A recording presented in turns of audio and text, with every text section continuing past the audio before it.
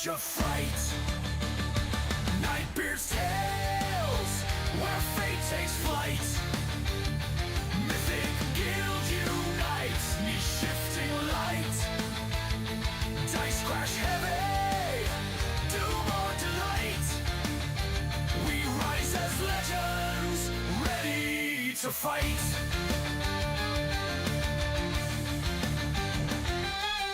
Dimmy spark, born of Eldrelite stone. Cali stems, firm when savage hearts moan. Darius ascended, forging mortal dreams. We heed Eldralor's call beyond known schemes. Nightbeard's tales, where fate takes flight. Mythic guild unites, knee-shifting light. Dice crash heavy, doom or delight. We rise as legends, ready to fight.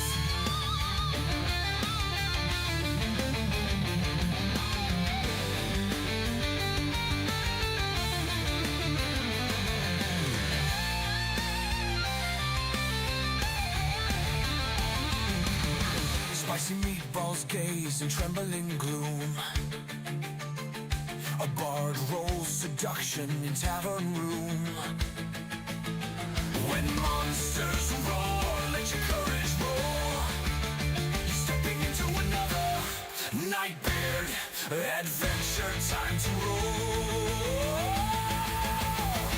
Nightbeard's tales, where fate takes flight.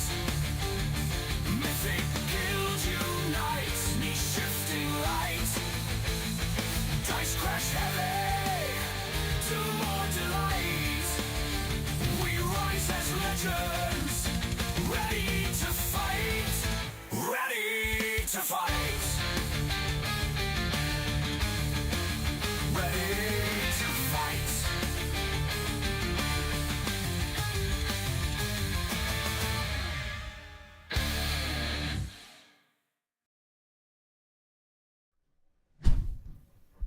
In the shadow of mighty dragons and the whispers of cunning beholders, there stands Nightbeard, a master of dungeons, a spinner of fates, and a herald of adventure. With a quill as sharp as a rogue's dagger and a mind as boundless as the multiverse, Nightbeard guides adventurers through tales where the daring clash with ferocious sea beasts, parley with goblins and giants, and uncover treasures guarded by the darkest secrets.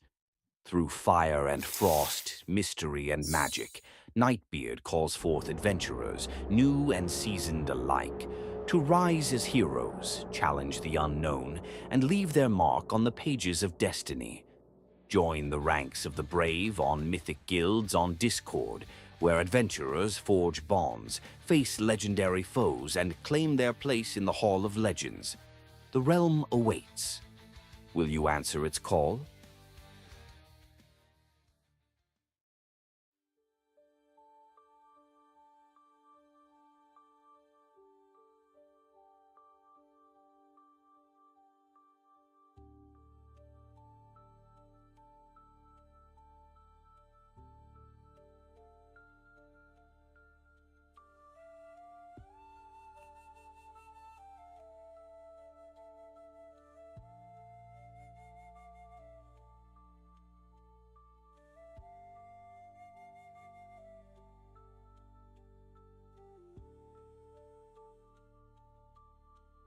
Before we jump on, can I? We're on. All right. No. Hi everyone. It's time for D&D. We are playing Candlekeep Mysteries. We are on the penultimate adventure of Candlekeep. The players are at level 15. I'm DM Nightbeard, and we are joined with a few players tonight.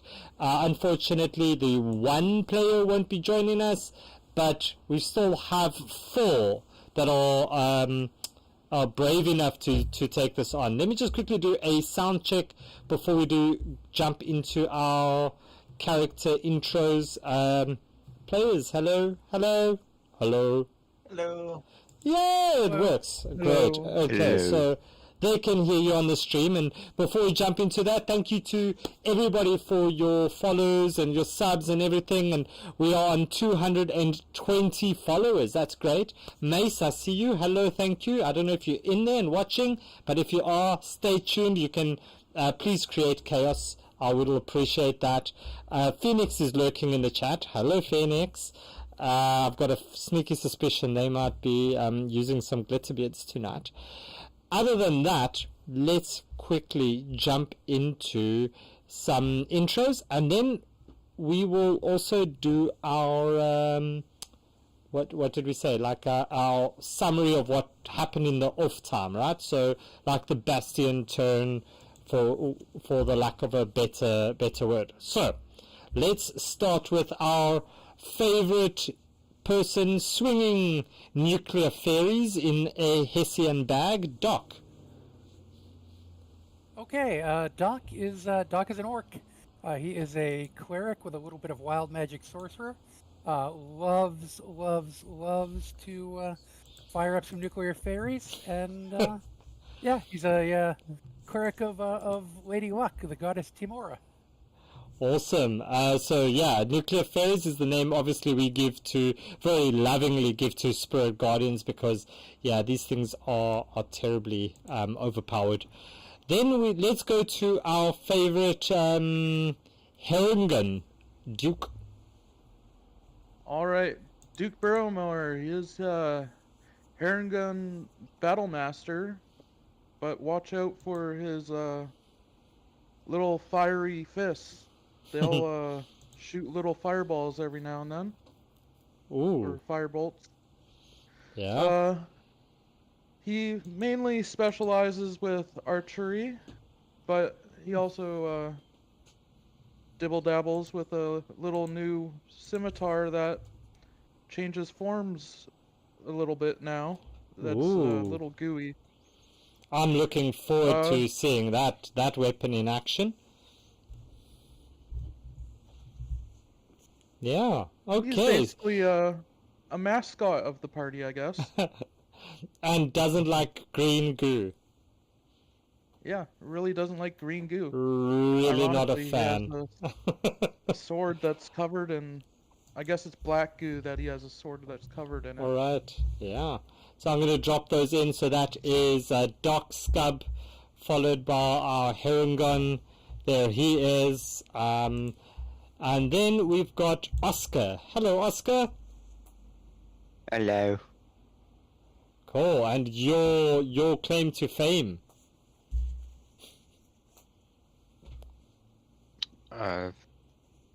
What am I supposed to give a description now? yeah, your intro. Oh, okay.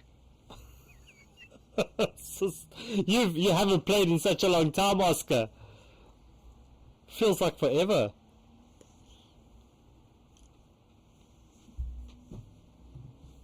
Oscar, you there? Can anybody else hear me? Yeah, I can hear you. Okay. I think Oscar's just having some connectivity problems over there. So Oscar, we'll get back to you when you back. We'll get back to you, and then we have Demos. Yeah, Demos is a male chthonic tiefling, kind of tall, got some purple skin and little ram's horns that curl down below. He is a Pact of the Tome warlock with a Great Old One patron, so kind of all the funky psychic spells, a lot of Eldritch Blasts flying out when the spell slots run dry. But yeah, other than that, just kind of a tall, little mysterious tiefling guy. Awesome. And yeah, of course, just want to say thanks to Phoenix. That's another sub there. Thanks for the continuous support.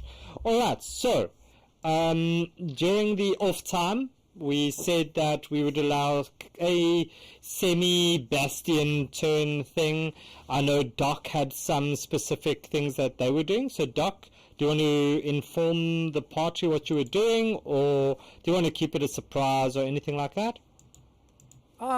Yeah, no, I can talk about it. Nothing crazy. Doc bought a new set of armor. Just Ooh. nothing. Yeah, not anything exciting. Just a set of half plate. Just regular half plate. And he also scribed a couple of scrolls. Like we had 2 weeks downtime, so he scrolled a couple of third level spell scrolls using his Arcana skills and whatnot. He scrolled scribed a scroll of clairvoyance and a scroll of speak with the dead. Things that I thought probably wouldn't be worth carrying, on a day-to-day basis, but they could occasionally be useful for us. So if we need to find any information from dead things, I've got you. Especially with Oscar, Duke, and Demos around, it might be good to have that speak with the dead available, because it's shoot first, ask questions later. All right. So, Duke, you mentioned you had you've got your weapon, obviously the one that was rewarded with the what was it? The random rolls and things that we did. So, anything else that you want to share with us that you did in your off time? Duke Barrowmore went on a little journey. He found a nice little mountain where it was actually inhabited by dwarfs. So Yeah. he found a little shop there, and he saw a nice little belt that he bought, and so now he has the belt of dwarven kind. Ooh, nice. Nice. Okay. So you Does he have a beard? So you asked, sorry, Doc? That gives him dark vision, resistance to poison damage, and advantage on saving throws against the poison condition, and increases my constitution by 2. Let me just quickly go change out those monsters. Just give me 5 minutes. I'll be back. And advantage on persuasion checks. Oh, Made wow. to interact with dwarves. Mm-hmm. Is that And the I one that know makes you grow a beard? I know dwarvish now. Yes, yeah. Yeah, it's the one where you grow a beard. So now you've got this this bunny with this huge ass beard. Yeah, very pretty. Shows a sign that I've aged throughout this campaign. Yeah, wow, like seriously, guys, level 15 is not a joke. All right, Oscar, are you with us yet? Saltmite, you there? Saltmite's audio. Saltmite, if you can hear us, move your character. Can you move your character? Dun dun. Okay, while we wait for signs of life, Demos. Sure. Anything you did in Demos, your turn? Yeah, Demos is a little bit newer to the Candlekeep crew, so he's a little, as what you would call, broke. So he spent his time kind of getting familiar with Candlekeep and did 3 things in total. The first being attuning to the magic circle of Candlekeep. He actually took the teleportation circle spell as his level 15 spell. That way we can potentially get a quick out of dodge and get back to home base should the need be. Smart. After Yeah. that, Demos did a little bit more looking around, and after hitting the libraries, went to go find a meditation chamber. And should the DM allow, he will be taking the Bastion turn Empower action to gain advantage on a couple of saving throws. Yeah, I don't see any harm in allowing a level 15 person to break the game anymore, so why not? Let's just go for it. I mean, the game's broken anyway at this level, so let's just break it properly. Yeah, no, Demos, all jokes aside, you're welcome to do that. I think that's a great use of your turn. Yeah, it's all good. In that case, then, I'm going to roll 2d6s here real quick just to see what we get advantage on. That looks like it is going to be strength and dexterity saving throws for the next couple of days. That sounds awesome. I hope that you do come across enemies, or the enemies that you come across, and the challenges that you come across require those saving throws. But yeah, okay. So I think that's a pretty good thing. And as you all kind of get together and you reminisce and you're getting all these things, you see little one walk up to you. He's holding Demos. Little one is a learned orc, right? So he's this. He's got this pair of glasses on. He's this really kind of doesn't match the vibes of Candlekeep, but Candlekeep is open to anyone who wants to learn and study. And you see him come in, and he gets up from his chair at the fire, and he walks over to you, and he's holding two books. One is this very kind of thick tome, and you recognize the name on it of Alkazaar, and you know that this is a collection of all these weird and wonderful tales. And as he looks at you, he holds out this other book towards you. He says, "So you've got the scent of unfinished stories about you.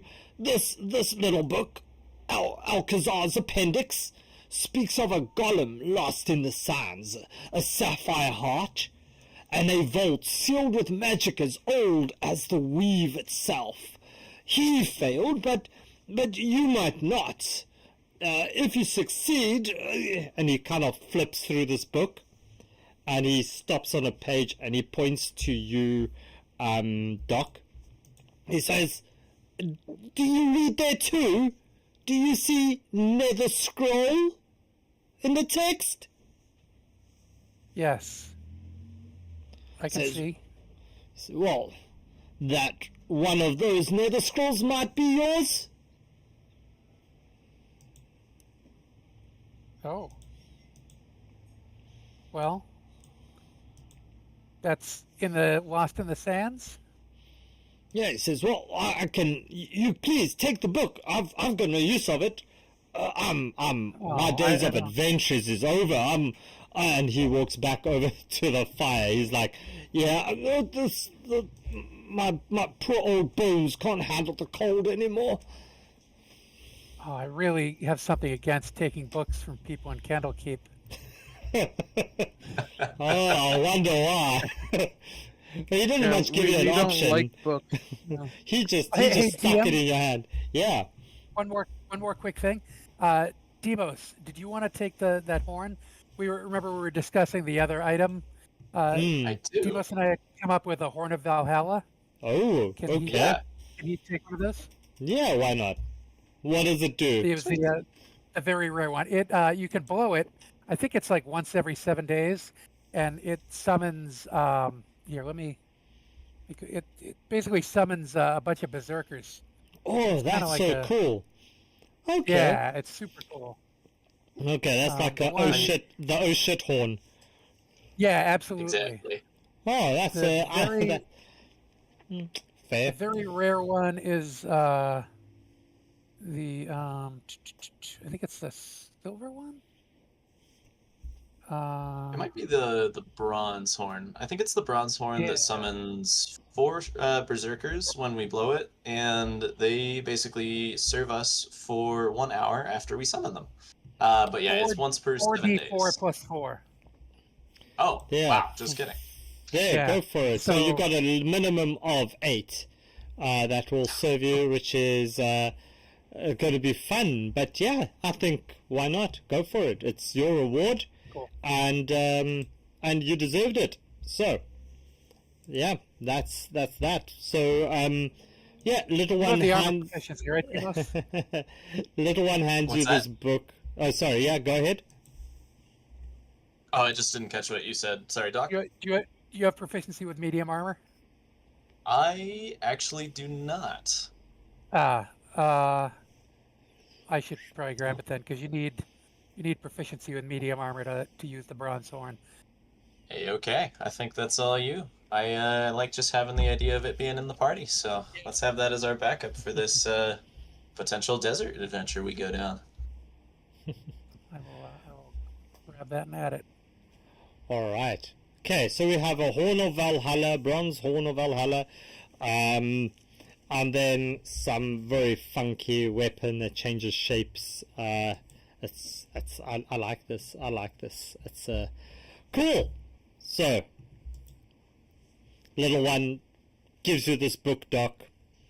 Points to a nether or netherese scroll, the mention thereof. Can you roll me an Arcana or a History check, please? Sure. I will roll an Arcana check.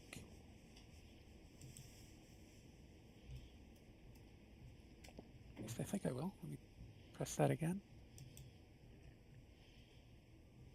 You didn't see it roll, did you?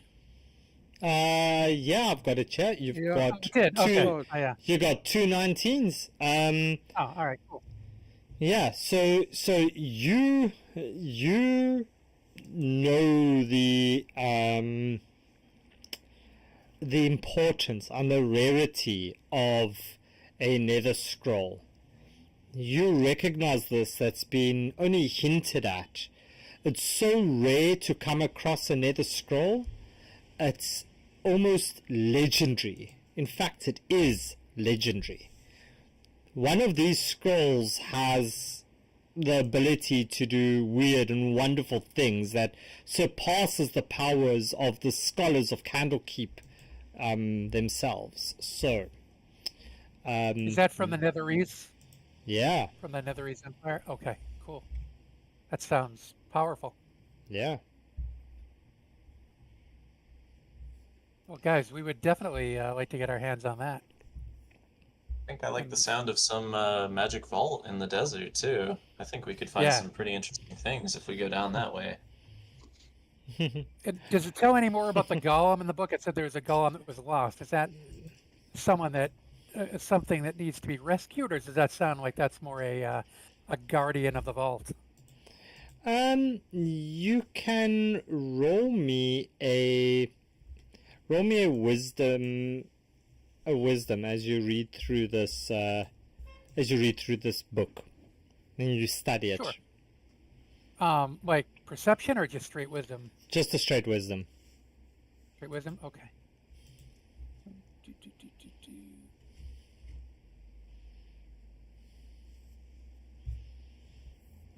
Yeah, you can't quite make out the the writings much further. It's written quite weird, almost like a how can I put it, a Shakespearean version of that kind of writing style, and you're like, yeah, this is a little bit too complex. But as you do this and you look, you find this page in the back, and it just drops out of the book as you're kind of paging through it. Okay. My Nat 1 couldn't keep up with the poetry, but let's see what the sheet says. Yeah, you pick it up and you see that it's a picture. It's symbols that border an illustration of this golem, and as you kind of looking at these codes and things, right? You look at it and you see these funny shapes in front of your eyes as it starts to swirl, and in front of you see this portal open, and on the other side of this portal you see a sandy desert. Well, isn't this always the way it starts? That's half the fun, ain't it? Yeah. All right, what do you guys think? Should we step into the sand? I think I'm ready for a I may change not of like scenery. books, but I do like picture books. Yeah. None of us are really too intelligent, but we do like pictures. I could use a little beach vacation. Demos is gonna say as he like starts heading towards the portal. Roll me an intelligence saving throw as you step through this portal. Lovely. Oh man. All right. Oh no. That's gonna be a 4. Yeah, you like picturing this beach vibes, trees, some really pretty pink drinks and coconuts, and as you step through, Demos, you are suddenly faced with the harsh reality that this is in fact not that which you thought.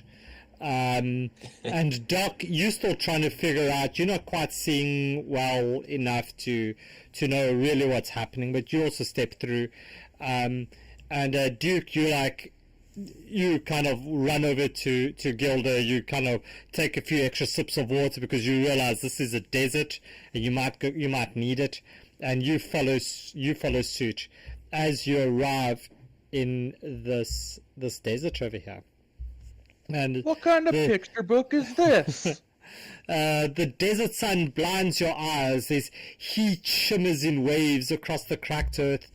In the distance, you see 2 nomads and a camel that are standing at a 14-foot tall kind of golem, and you can see that it's partially buried.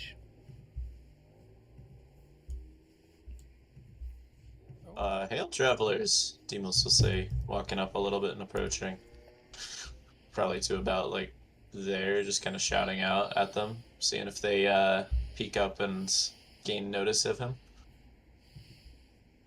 How much of the golem do we see sticking out of the sand? We see 14 feet sticking out, or it seems like that's the whole height? So you can see that the height of this is about 14 feet. Okay. Yeah. Let me see if I can quickly drop the correct artwork that I've got for my golem. There we go. Then I'll drop it into the chat for you. So you see, you look at this thing, and this is what you see.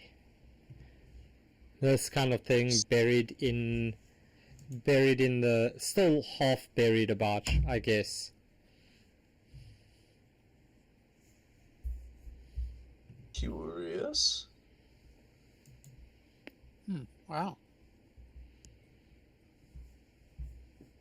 Hey, Doc, doesn't that golem look a lot like the one that Little One just told us about in the Book of Alkazaar? It sure does. Ah, At the very least, well, related. yeah, perhaps might be able to get some more information. Let's should we see if these guys are friendly? Yeah. I mean, feels like nobody's ever friendly, but it's worth a shot. I'm gonna Yeah, take a look that's the and worst see that if could anybody possibly is happen. underneath. I'm gonna look underneath the bridge Don't and ever ask see if that anybody question. is under there. Yeah, you look under the bridge. Can you roll me a perception check there, please?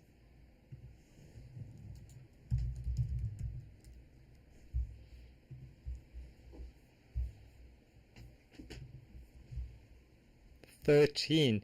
Yeah, you see there's some old bones and stuff. Quite clearly, this is a kind of a dried canyon that sees us flash floods every now and then, but nothing to be too concerned about. And as you step out of the space, Oscar, you step into the space as you feel this energy surround your body, and for the next minute at the start of each of your turns, so I will give you 6 rolls that you need to make on the Wild Magic Surge table due to your redemption of Chaotic Conundrum in the thing. So you've got 6 rolls. It's your choice how you want to use it. in the next few minutes, so you can roll them all now. You can decide how you want to use those. Oscar, if you can, Oscar, can you? Hello, Oscar. Oscar's not there. Oscar's not Yeah, there. Sunlight Oh, isn't in the chat. So we'll give that to each of you. Get 2 rolls. So let's do it that way. I'll. Yeah, I don't know. I if realize Sunlight now, can use Oscar. that. I realize, Salt Knight. I thought you were there, but thanks for watching and for supporting. I'll try not to kill Oscar. I promise. So so yeah, you step over. This kind of wild energy surges around you, and if you want to, let's have 1 roll from each of you. A D100, please, from each of you. So let's see what happens. Happy. Love me So- some wild magic. Demos, so 96. Higher is not necessarily better. So as you do this, you kind of feel very dry. As it feels like, even the littlest bump can shatter you because you're as dry as like an old pot. And you all gain vulnerability to piercing damage for the next minute. Oh, Everyone, 33 means that you you cast Missy Step, and you just, it's just like happens, like you accidentally cast Missy Step there, Duke, and as you kind of appear, and all Gilda the barmaid's ales and baked goods and everything just drop to the ground around you, as well as you look very confused as all this flagons of ale just lie soaking into the dry desert earth. And 70 for you, Doc, means that you all become invisible for the next minute, and the invisibility ends when you attack or cast a spell. yeah. Okay. Right. All right. So, with that being said and done, what you doing? Yum yum. I think Demos is gonna call out by Happy hour. seeing everybody. Beers and baked goods on me. Hey, Duke. Duke, did you see any humanoid skeletons down there by chance? I saw skeletons. Nightbeard, were there any humanoid Curious. skeletons that I saw? Not necessarily from where you are. But you can, if you want to, you can go take a closer look. No, that's all right. I was just wonder if you saw any. Makes sense that So- they'd be animals and stuff. All right, I see Salt Knight is back. Oscar, you with us? Yeah. Yeah, Oscar's here. So, Lovely. Oscar, can you roll us a D100 there? Oh crap. Can you? Trying to see potted plants. It was your own doing. I know, but I hoped you could have it. Well, they got it. They got it. You're vulnerable to piercing, and you're all invisible. I don't know how you're seeing each other on this one, but okay. So let's see if you can get us a roll there, Oscar.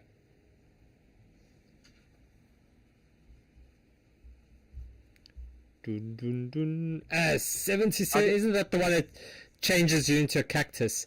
No. You Oh cast. crap! You cast Speak with Dead on the next corpse you touch. Note the phrasing of this. Note the phrasing of this, Oscar. It's Speak with Dead on the next corpse you touch. I do not see any time limits on this. Alright? Yeah, so until I die. Until until you die, you can touch yourself and then speak, I guess. I don't know how that would work, but I die Great, with my thanks. hand on my chest. Yeah, but how would you speak? well, Spirit. I speak with my own spirit.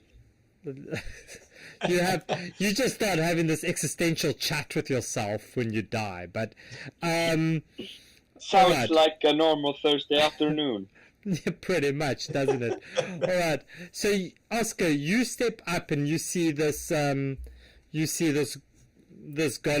see quite a young-looking guy, an older man. So you see this is the younger-looking guy. You see this old man, and they are digging out this golem, this stone entity. Wow. And what's the other thing we see, DM? Looks Oh, like there's this two. this is a camel. Oh, okay. There's a camel. Never seen one of those before. That's a new one And for we're- me. We're all invisible, right? Yeah, you're all invisible. I guess I would like to, I guess maybe not telepathically, I'll say verbally, but speak out to these guys currently excavating and just say first, do not be alarmed. Some magic has turned me invisible, but I'm a friend who perhaps has come to aid you. My name is Demos. Who are you guys? What are you guys doing here? Papa Shamir, the wind speaks again. Oh, Pesh. No. Oh, are you sure that's you? I thought it's you playing a trick again. Do my eyes deceive me? What's happening, Pesh? Pesh looks over and is like, I don't know, Papa. I don't know. As he walks around, you see him swinging his spade back and forth, Demos. Oscar, he's like walking around. He's like, "Be gone, you evil spirits! You foul beasts of the desert! Leave us!" Nightbird. Yeah. Could Oscar just start like whispering very loudly, like audibly whispering, "This is the spirit of the desert. Ye shan't move any forward. Leave now." Pesh stops in his tracks. He's like, "Papa Samir, the desert, it speaks to me." You see Alice just kind of walk up this way, and just licks you, Oscar. Just gives you a big old lick, like flat tongue. You are now just covered in slobber, as it gives you a good old camel lick. But yeah, I guess invisibility doesn't take away our scent. Mm-hmm. That would make sense. Mm-hmm. I Oscar, still isn't smell like a whispering half loudly corpse. just talking? Sorry, Doc, what did you ask? I said, isn't whispering loudly just talking? Yeah, pretty much. Don't get into the nitty-gritty of it, okay? All right. Pesh is like, Alice, what are you doing there? As he steps forward and he reaches out towards you, Oscar. He says, Alice, Papa, it's somebody's here. I am the spirit of the desert, but I seem to be very much physical. As by now your minute has passed and you suddenly appear, as Pesh looks at you and goes, "That was a nasty trick! That was a nasty trick!" As he throws a little bit of a tantrum and says, "That's not fair! You scared me!" And Shamir's like, "Calm down, Pesh. They said they're friendly. Relax, young boy. Get back to I digging. never said Let that. me speak. Let me speak to them." Oscar just adds, I never said that. That was me, Oscar. I might have extenuated the fact that we might be friendly. You might be. I'm definitely not. Don't mind the spirit of the desert over there. He only bites when he's angry. I am always angry. Shamir calls Pesh, go fetch some water to rinse our guest off, and prepare some meals. Pesh goes off, fetches some water. He comes back, Oscar, as he opens this like little jar. He uncorks it, and you hear him whisper into the jar, and suddenly you just get like this blast of water just pushes you back like 10 feet, but you are clean, and you no longer. And Alice looks very disappointed, and it just walks back and starts munching on these little bushes over here. Very disappointed that you no longer smell the way that you did earlier. You know, actually, I'm gonna offer Alice a cactus to munch on. A cactus? Yes, because camels can eat cacti. Roll me a animal handling at advantage, Oscar. Ooh. Let's get that nut one, baby. Double no. Double that one. Here we go. I probably. You've done it probably before. even worse. You've done it before, Oscar. Don't tempt I've done it fate. before.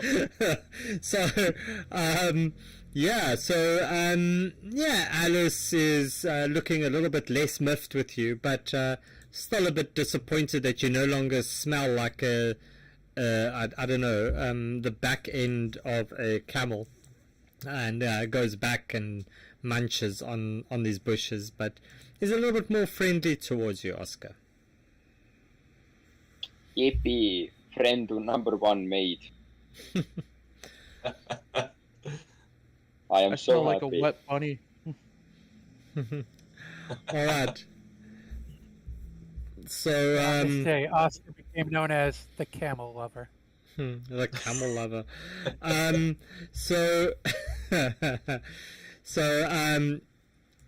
Yes. So Shamir looks you over and says, "You, the horned one," as he points to you, Demas.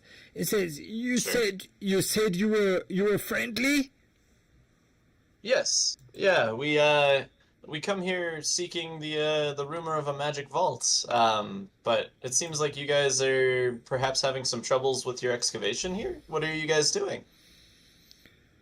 Oh, we discovered this creature, this construct of sorts, and we've been trying to free it. We've got it out so far, but this last little bit makes heavy digging for an old man, and you know these youngsters, they just have no work ethic. Well, I might not have a work ethic, but I might have a trick up my sleeve that can help out with this excavation if you'd like. Me too. I have a little trick as well. Oh, I have a. a rabbit, a speaking rabbit. Oh, the last time I saw one of you, you were climbing out of a hat. Ooh, you shouldn't have said that. Visibly We're cringes. good for more than just a little magic trick. But didn't I'll you show just say you a that? Didn't you just I'll say show that you a- that you were going to show some magic? Oh, I'll you're show not a- you a magic trick. Oh, you're not So I use the ring of. I'm gonna use the ring of levitation on the sand around the golem. All right. Nice. So yeah, you levitate the sand, and can you roll me a charisma? Just a straight charisma at advantage. Thank you to now. How is Sleepy R6 or Siepi R6? But yeah, can you just roll with that one? Thanks, Siepi, Sleepy. Yeah. So as you do this, the sand starts to raise up, and the sand starts to raise up as you see his face just suddenly smile, as he's all just smiles. It's all just smiles, as he's extremely happy, and he's like, "Wow, you are amazing! You see, Pesh, that's how you go about working. That is what I was speaking about. You should apply your mind."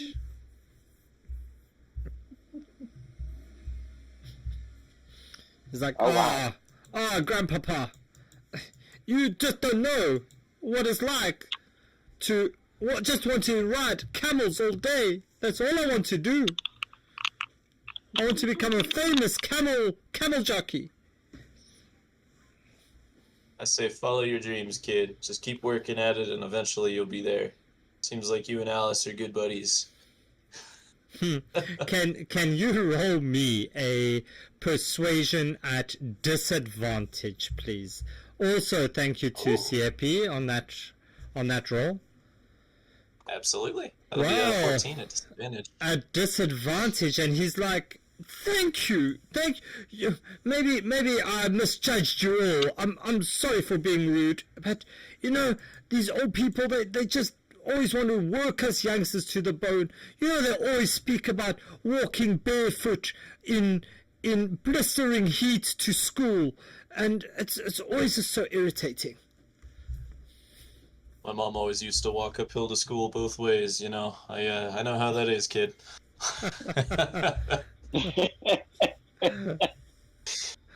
All right. So, as the sand is getting risen around this golem, do we notice any changes in the figure itself? Is it perhaps animating, or is there anything coming to life about it, or is it just looking more, I guess, excavated? So as you're looking at this, Doc, can you roll me a perception check, please? Sure. And sorry, it was the ring of telekinesis. Yeah, I got you. That was literally what I was going to cast. I love that.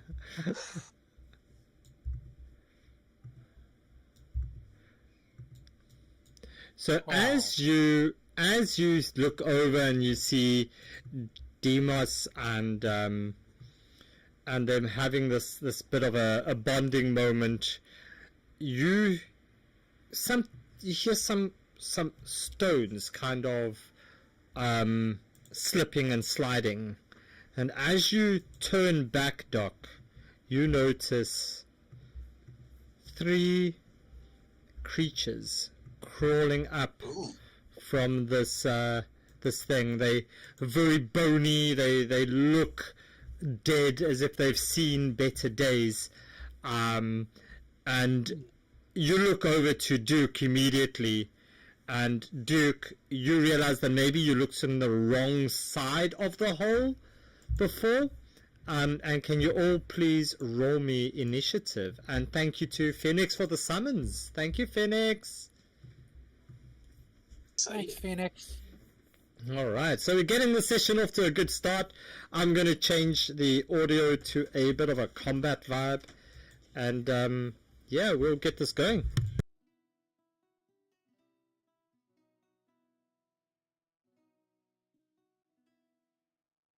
Always like a good summons to start the game off. Always a good summons to get it going, right?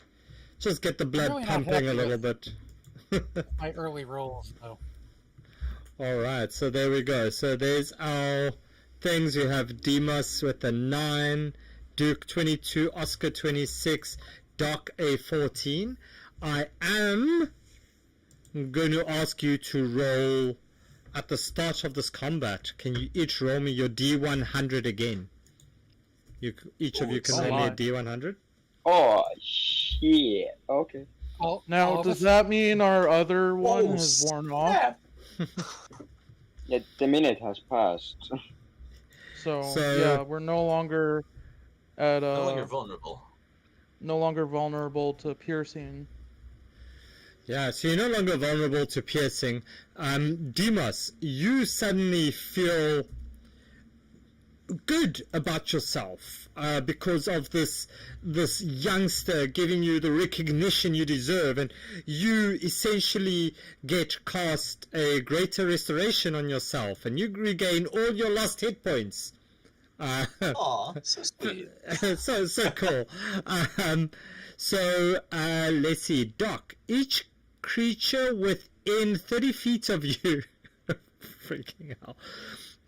Each creature within 30 feet of you takes 1d10 necrotic damage, and you regain hit points equal to the sum of the necrotic damage dealt. So since you didn't lose any, you won't gain any, but everybody within 30 feet takes 1d10. So can you roll me a d10 there, please?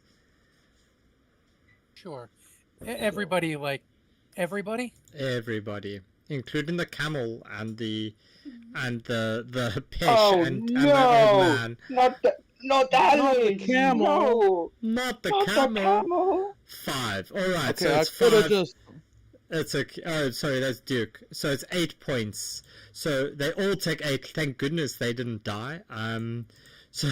So they all take 8 Oh. points of What- damage. What damage type? What damage type? Necrotic. Hell Oscar. yeah, I'm resistant. Sorry, Oscar. guys, Nice. We're here to pillage your cultural heritage, and now I'm doing damage to you as well. My bad. So Oscar, as you feel this necrotic damage come over you, you suddenly look at your body as your skin has turned a lighter shade of blue, and you kind of now look like an avatar representation of who you are, as your body is now just blue. You are blue, dabba dee dabba die. And I'm then a big ass smurf. that's it. And Yeah, And- did it look like the yellow and the blue guys took any damage? I will have to have a look now. I just want to resolve all the rolls quick, and I'll have a look if they take damage. Duke, you you kind of look again, and as you shuffle your feet, worried about all this damage, you look down, and every time you lift your feet, there's like this trail of flowers and little mushrooms and everything. And Pesh looks at you very confused as he sniffs the air around you. And you see also Alice kind of just take a small step sideways away from you, just to kind of make sure that you are okay. So, with that being said, you've all taken your damage. Let's have a quick look whether these ones... yeah, they took some damage. You can know that they took some damage. Yeah. All right. So, Oscar, that means that it is your turn. What you doing? Uh-huh. Let me see. As you hear the infamous iPhony bird and the call of the iPhony bird as it flies high overhead, you just hear boom as it disappears. Are these fellas like inside there, like below the bridge? They are climbing up the sides of it, so they They are are visible currently to you. climbing. Yeah, they are currently on their way to you. Oh, they are visible. They are visible to you, yeah. So I see them. You see them, definitely. This one is like That climbing up makes it the a side whole of lot it. more. Yeah. That makes this a whole lot more interesting. Let me see what kind of tomfoolery I can pull here. We'll keep it simple. Summon fiend. Summon fiend, okay. Yeah, that's simple. Summon fiend. That's my simple. Yes. Okay, cool. Keep it simple. Just summon a I would fiend. like. I would like to summon a fiend. Alright, so I'm that's gonna your... summon that devil type. Alright, do you need a token for that? You want a token? Just a big D for devil. You can't. Isn't that Doc's big D? It Doc, is. Okay. Then a What about like an I then or an F infernal? for Can F I for put you? fiend. Can I give you a big O? Can I give you a big O? Oscar. A big O for Oh, Oscar's. A big O. We'll give you a big O. Works for me. Okay, an O. I would like to Definitely. have it right here. Alright, you want to drop it there? I'll give you an O, and we'll drop it right there. There's your O.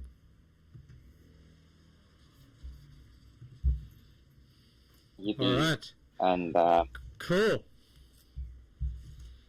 yes, Alright, and what you doing?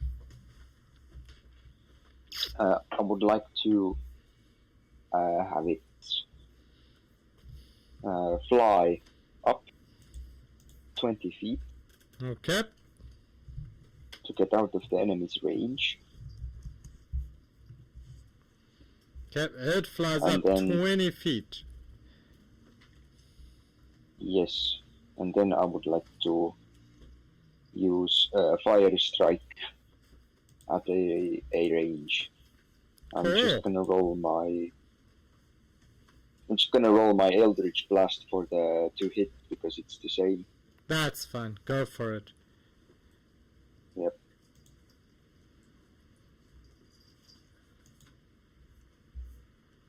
Not one, baby. Yeah, that's not gonna hit, Oscar.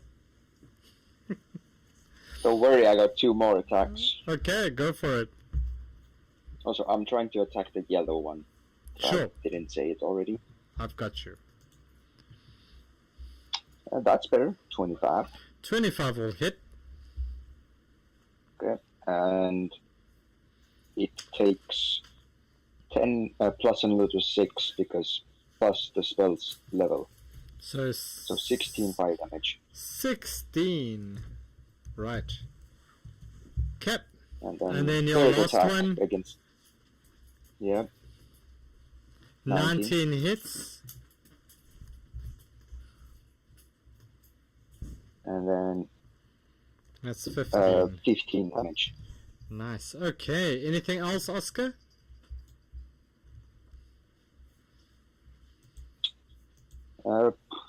No. Okay. Duke, it's your turn. Okay. I am going to move over here. And then over here. Yeah.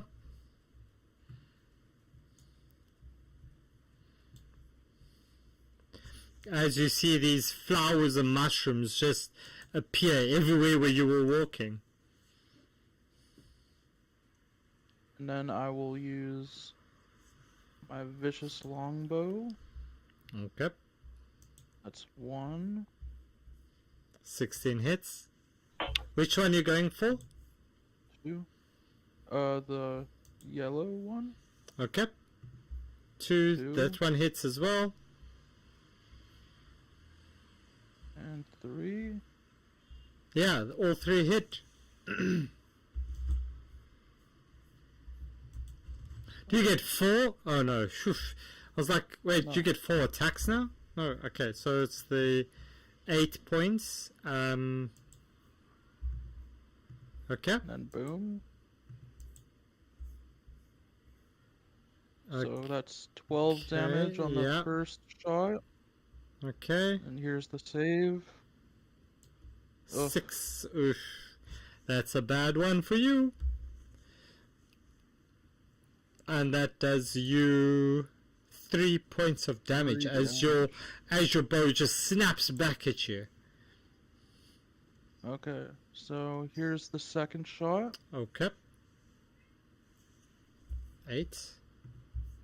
8.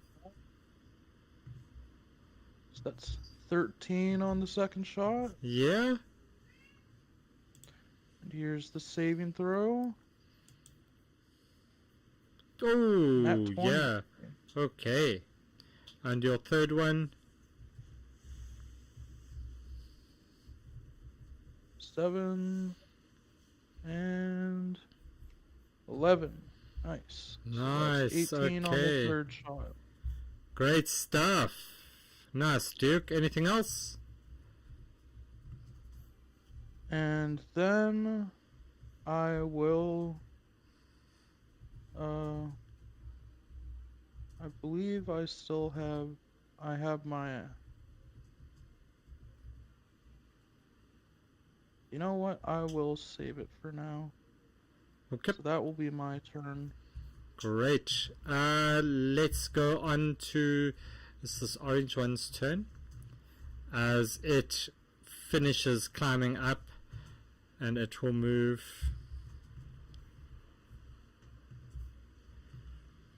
to here. And Duke, it's going to go for you as it takes out its sword and it swings at you. So that's that misses on that one. And the second one, can you make me a Constitution saving throw, please? Ah, damn. And you take...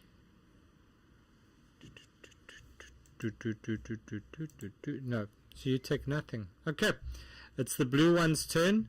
As you see it step up here, it pulls out this really terrible looking bow. Doc, you see this bow just go straight for you, and that's Okay. That's an 11. Does not hit. All right, and can you roll me a Constitution saving throw, please? Sure.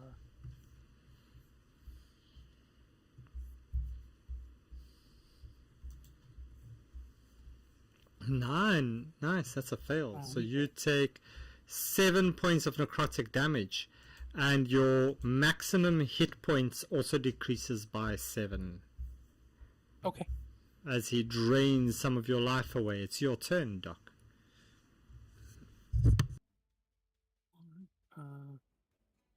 You said. Okay, so it's -7 to my max hit points. Got it. Okay. I am going to. I'm going to steer undead. Ooh. Well, I'm gonna, turn undead with the added Yeah. benefit of steering them. Cool. That does. Where's my turn undead? So I need a wisdom save from the 3. At least they look undead, so I'm assuming. I need saving throws from them. Wisdom saving throw. I present my. I hold up my holy amulet and I scream out, "By the sweet tits of Timora, you are all banished." Okay. And it's kind of like a wave of radiance that bursts out from me in all directions, and need a DC 20 wisdom save. All right, and thanks, boss, for the sub, the gift there. So it's a 20 DC of wisdom, and Yes. and it does what if it fails? It has to. I will do that damage right now. They get the frightened condition. They also get one more condition. They get frightened and incapacitated. They must try to move as far away as possible, and they also take the following damage. Oof. Let's see.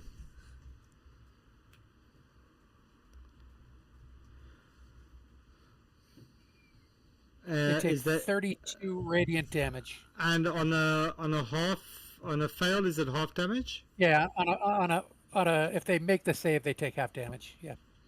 Okay. Yeah. Sorry, I mean that. Yeah. All right. So they. How do you see that happening?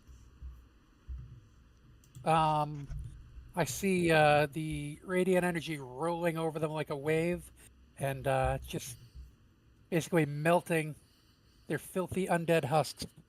All right. Any movement from your side, Doc? You know what? Nah, I'm gonna stay right where I am, I think. All right, Demos. That means that you're up.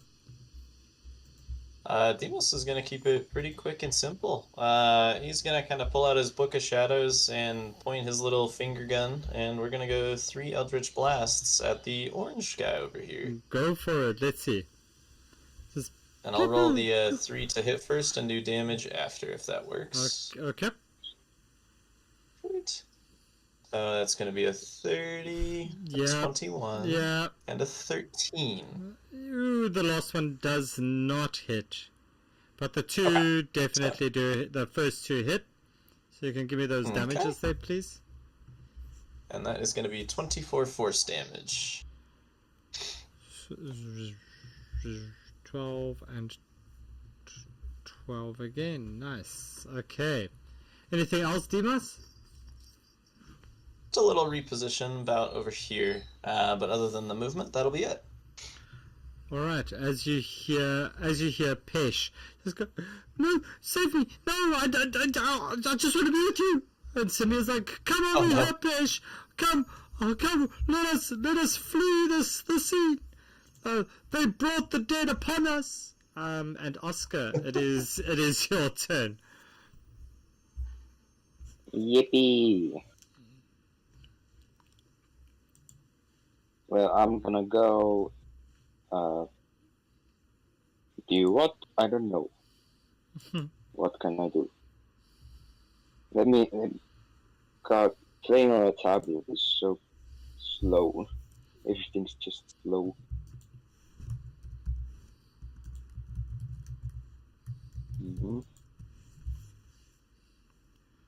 All good. We are here for the game. We're here for a fun time, not a long time.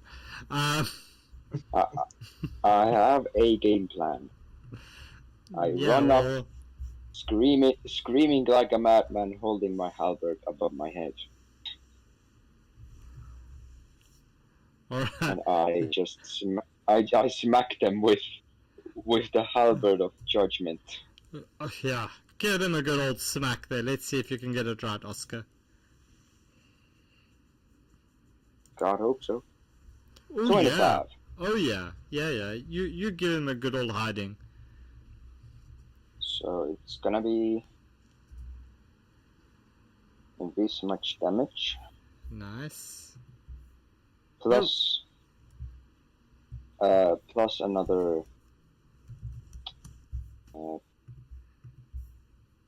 wait, packed weapon damage can be another damage type or just the slashing?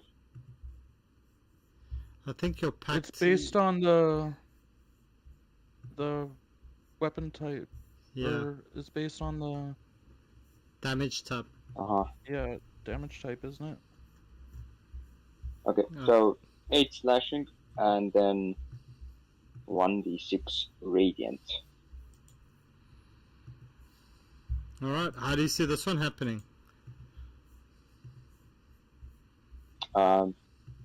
Yeah, I just smacked him.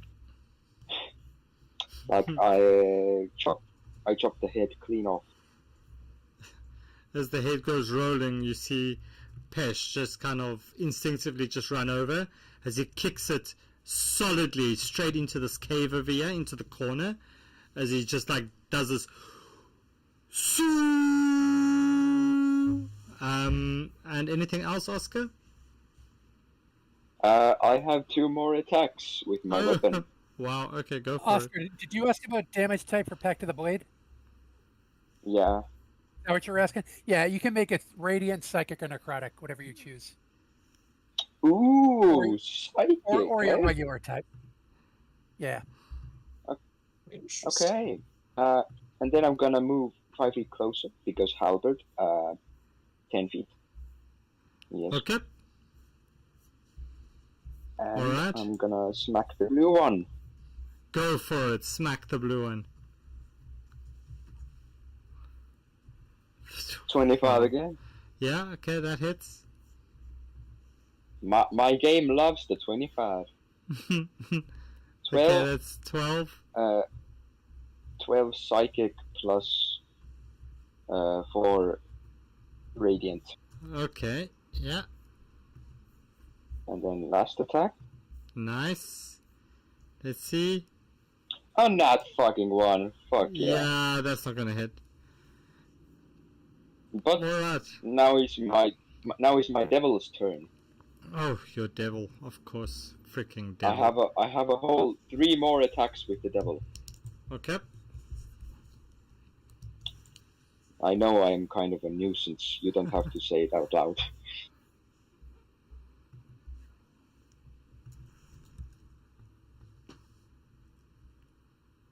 Okay, I'm just gonna send it to game log. Yeah, got you. I'll see it there. Yeah. Now. Yes. Yeah, Eldritch Blast for the 2-hit roll. Does an 11 hit? Nope. Okay. Does an 11 hit? Woo! Okay. And the last one. One more. And another 11. It rolls. Another 11. 20 20. hits. A dirty Yeah. 20. That goes. Okay. That does it. So roll it. Let's see. Cool. Classic 20. 6 plus 6, points. 12. Okay. Alright. Any movement there, Oscar, from your side? You done? I'm gonna have the devil fly back here. Okay. Duke, that means that it's your turn. Alright, I'm going to move over here. Finish him. Or her. Or it. And I'm going to swing my aberrant goose shifter. Yeah, that hits. It looks like a Aberrant scimitar goose there. shifter. It looks like a great sword there. Yeah, that also hits. And it looks like a long sword there. That also hits. Okay, so roll me your damages. Is the aberrant goose shifter from the last game? Yeah. Ah. Okay, and 10 on that one. Nice. Okay. Anything else, Duke? It's not dead. It's not dead. Preposterous. I believe I'm allowed to add the superiority die to the Yeah, you can do that. attack. So Go I'm for it, going why not? to add the disarming attack. Okay. So that is a DC 17 strength save. Okay. Strength saving. Da da da da da. 15? Nope. And Oh, it sorry, drops that was its supposed to sword. be. So it's a 3. It's a nat 1. It's supposed to be a disadvantage. Yeah. So it drops its weapon. Okay, it drops its weapon. It's frightened as you just see it just hardtail. It runs down here on its turn as it just dives into this thing as it kind of disappears. And you are all out of combat. Nice. All right. I'm gonna throw up Yippee. a quick mass healing word since I feel bad for hurting our new friends and their camel. So I'm just gonna Okay. cast that at 3rd level. Nice. And that will. Also, this devil of mine here will stick around for around an hour. So, yeah. Cool. So Alice walks up and it starts munching on this dead one's body over here. Starts licking up the blood. You know, liquids are liquids, and you got to take what you get in the desert. And starts chewing on it. Almost looks like it's chewing tobacco. As you see Pesh take these dark glasses out and just put it over the camel's eyes. And he looks quite cool. And then Are, super lagging. yeah, it's I don't know so that why. happens sometimes. I've got the dice throwing disabled and everything, but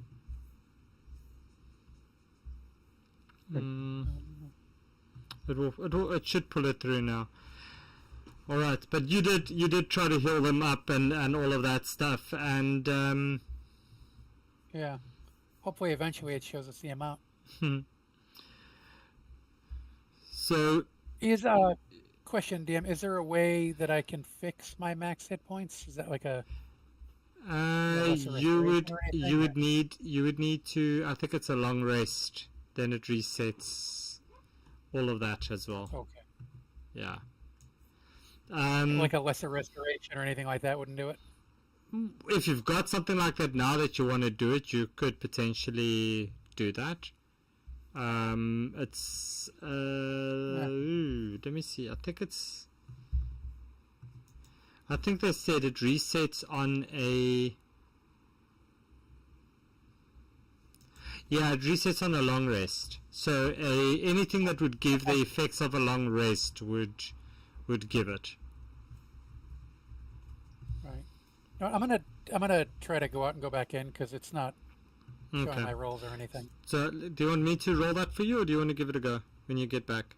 Let me come back in and see if Okay. it worked, like if it rolled. Awesome. So as you guys do this, you see this this old man. He's very happy. Shamir is extremely ecstatic, as he thanks you for helping. He explains to you that they're from this Bedouin tribe, and they follow this code of hospitality and honor. So they give you shelter and food. They give you some tea and water to relax. And he regales the tales of his time, and he says, well, there's all this legends about these Netherese wizards, and they became very wary of magic over all the years, because they just every time they saw magic, they just saw how it would corrupt people and cause destruction and ruin. Yeah, that's pretty much that. Everybody gets 10 hit points back. Awesome. That Wait. means they're back to full okay. health. Cool. You Everyone, everyone? Everyone, yeah. Pesh explains how his grandmother used to tell him strange stories about this foreigner named Alkazaar and a lost golem with a sapphire heart, and he convinced his grandfather to actually come look for this thing, thinking, it's a good way to get to ride Alice out into the desert at high speeds, and nowhere did he really expect to find this golem. And he expects this is really the same golem. He tells a story like his grandmother said that she as per what the Bedin do, they're guards in the deserts, and the grandmother tried to guide Alkazaar to these caves in Haroon, but there was this massive sandstorm and they got driven back, and Shamir's like, yes. And there's also the story of Hamukai and the stone golem, and he explains this whole kind of story to you about it as well. But yeah, as you're doing all this, you can each get the benefits of a short rest if needed, as they give you food and goat's cheese and camel cheese and camel milk to drink. And you look over at the golem every now and then, and you see it is not budging. It's stationary. It's sitting there, but its head is moving as it keeps an eye on you.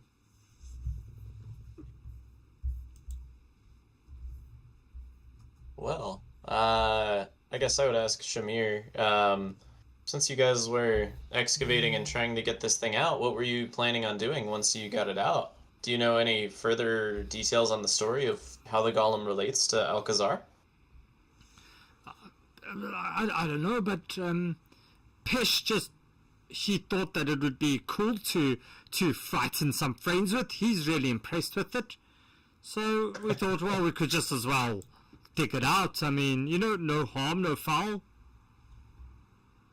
Sure, absolutely. I would like to just kind of go up and, with a mage hand, just kind of touch the sapphire on the golem and see if anything happens.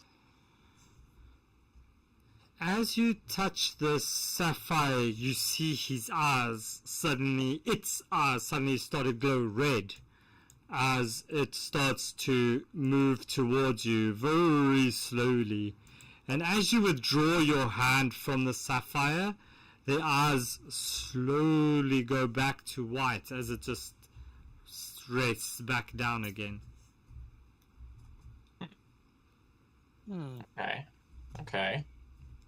Maybe we have to lure this thing further into the cave? I'll turn to Shamir again. Have you guys been inside this cave over here? Is that where you found this? Or... Yes, but it's not much of a cave. It's just a overhang of sorts. We spent some time digging it out, and there's not much left in there, to be honest. Just a lot of old stones. Okay. Interesting. Well, that is not what I expected to happen. I don't know. What do you guys think? What should we do next? It seems like there's something going on with this golem. It definitely activates when we touch. Have I seen any golems that are powered by gems like that? Would I know anything about that sort of power?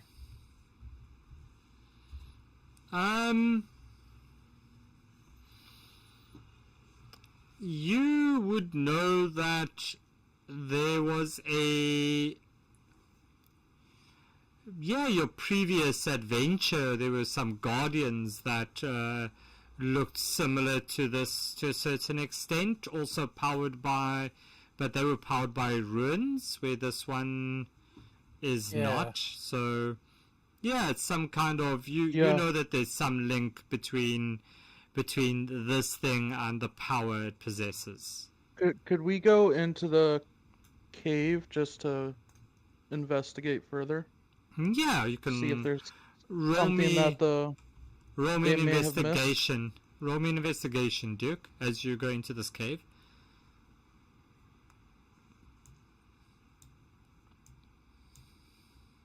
Yeah, it's dark. There's nothing much there. It stinks. As Pesh goes, if you need to go, Mr. Bunny, the leaves are in the tent. I'll fetch them for you. We've been using it as a latrine for the last while. Yeah. Oh. At least it's out of the sun. Makes sense. Interesting. Shoot, I don't know. Demos, can you roll me a perception check, please? Absolutely. So as you touch this thing and you saw it move up and go sit back down, you have a look and you kind of look this thing over, and with a 15 you notice some etching on the bottom of its foot, as you can make out kind of the letters, a few letters there, and it's what's it say? It says it's like a H and a A. You see, you can make out ham, but you can see that the rest of it's kind of been worn away with time. Yeah, it's almost as if it's been carved into the foot.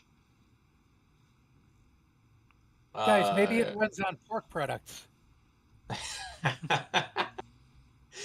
That would be quite phenomenal if so. The newest kind of magic to me. I run on bacon, 100%. So I can relate. Definitely a solid fuel source. I guess I would turn to the golem after seeing this and utter the words, this is Hamur Kai. Golem, do you serve anybody? And as you mention the word Hamukai, you see his face suddenly just perks up as his whole body kind of changes.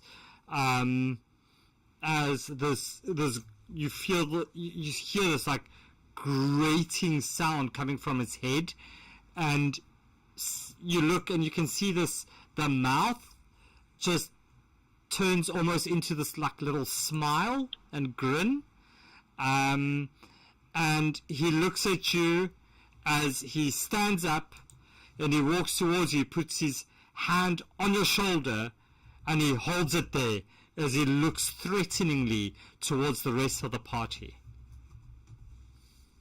They're friendly. They're with me. Stand down. And he looks at you, looks a little bit confused, and he moves his hands in a little bit of a strange way, and then he hesitantly puts his hands at his sides as he stands next to you. And that's pretty much it. So Demos now has a has new a friend. little golem pet. I'm gonna call him Rocky. Hey Rocky, can you show us the way to the magic vault? I slipped and hit my head recently, and I seem to have forgotten the way. And there's absolutely no reaction from him. He looks at you as you say this. He picks up his hand as he rubs it over his head a little bit, like as you see these, like his eyes turn to like these little X's as he scratches his head, and he moves his hand back down to the side, and his X's disappear, and his eyes are white again. But as you say that, Samir goes, "Oh, you are looking for the magical caves in Harun, the ones my wife led Alkazaar to." Exactly those. Yeah, that would be amazing, Shamir. Would you be able to show us the way? Oh, I am indebted to you. You have saved my and poor old Pesha's life. I am indebted to you, and we will guide you there. But you need to be aware that that area is known to be frequented by a terrible beast. Do tell. Is it some sort of desert beast? Is it a dragon? What kind of beast? Oh, it is one that is a slithering type, of course. not many Oh, no. people, not many people know the live to tell the tale. My poor wife did not make it back from this. Legend tells that it is a beast that flies under the ground, a beast that is much larger than what we could ever understand or know. We shall avenge those that have fallen.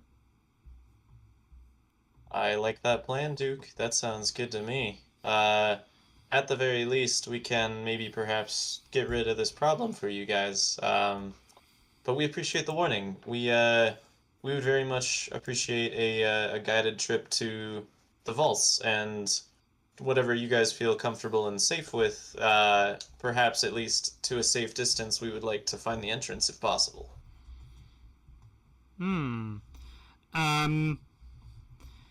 Shamir looks at you and says, I looks like you are quite friendly with that creature.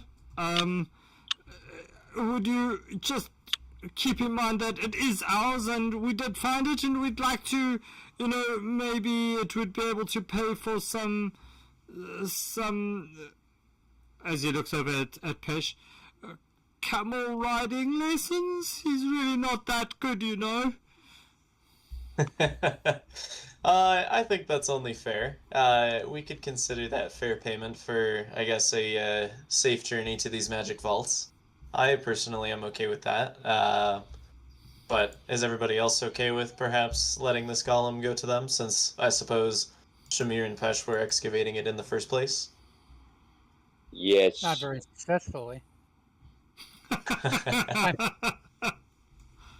I guess. Coming to a I liking on Rocky Doc. I did put in all the labor, This I mean, is fair. sure. This is fair. Sure, I'll happily give it to them.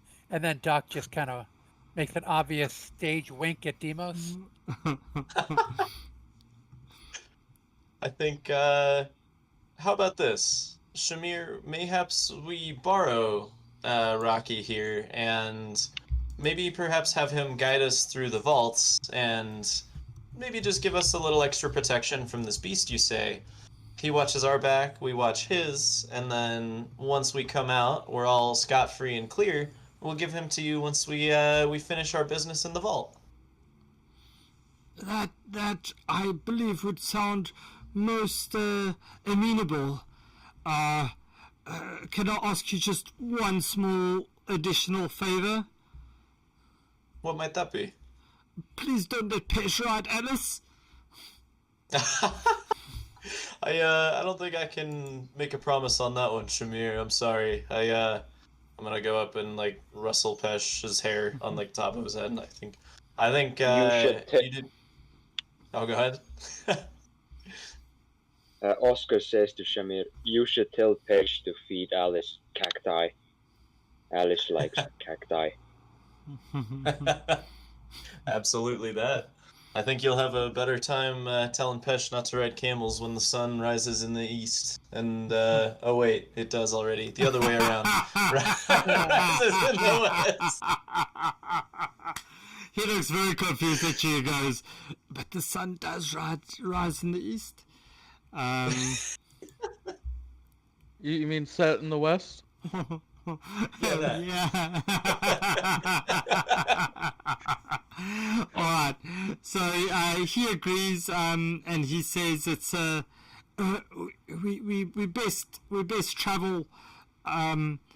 It's your choice. We are accustomed to traveling during the day and night, but what is your choice to travel in the heat of the day? Question.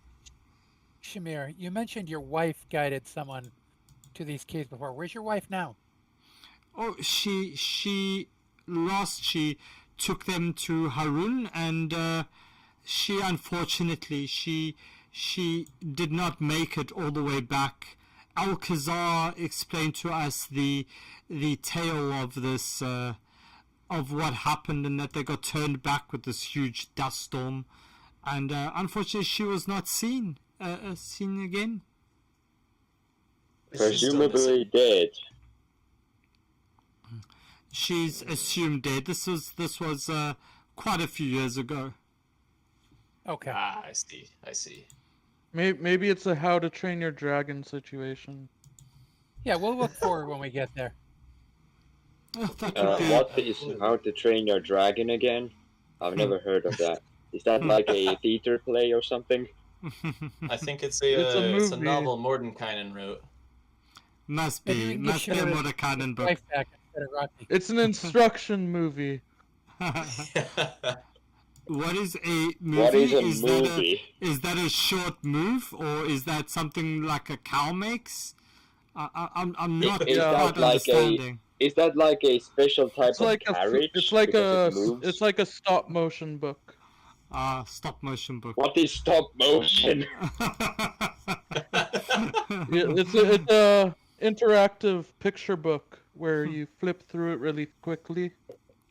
Oscar, the What does pictures- interactive mean? The pictures go as if it were moving. Oh, you mean like a Oh. scrying stone? Exactly that. Oh, Exactly. okay. You could have said so. Yeah, just say that next time, why don't you? Just say that. All right. So I the don't choice that you have to make is whether you want to travel during the day or whether you want to travel during the night. Which is safer? I think I'm gonna go with night for the gut feeling, but I'll Well, leave it up to the crew. I don't want to overheat. Yeah. Mr. I- Bearded Bunny Boy might get a little Yeah. hot. Right. Night is fine. But also, night times in the desert could get really cold. That's fine. Oh, this is sure. true. Have you guys seen that That's how Scrying deserts work. Stone story, Dune? I haven't seen it yet. No, Never heard but, of it. heard good things. Careful about them gin. Pesh is a big fan. He says, yes, but it's not as good as the scrolls were. Yeah. As he says to you, well, roll me a d6 to see which would be the best route to take. So, one of you, please roll us a d6. Sure. Cool. Doc's got it, and it's a 5. 1, 2, 3, 4. They have the instruction manual on how to train your Sandrake. How to train your Sandrake. How to drain your Sandrake. What? That's a different. That's a different movie. That's a different Wait, hold up. What happens in the Hold desert up, stays wait in a the desert. minute. Yeah. Well, we won't go there. All right. So. No, that's Dune 2. Is that due to how to drain your Sandrake? Imagine. Okay, so I'm just going to group you guys all quickly so that we can copy you over. And then we will take you over onto the next one. So let me just see which is the map. Oh wow, I've got so many things here. I've got the entire Candlekeep Mysteries, like all 16 games so far on this thing, and it's like there's so many maps to choose from. So it is Gee, I keep missing it. The struggles of being a busy DM. I'm telling you, right? I'm telling you. It is this map. I found it.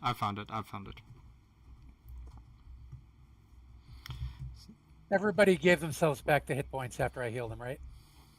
Yeah, and you Yeah, should I had a all- bit of I had a bit extra taken off because of my bow though, so I'm not at max HP. Yeah, you all got a short rest as well, in case that affects any of your spell slots / health or anything, Duke. So you should probably be back at full health anyway.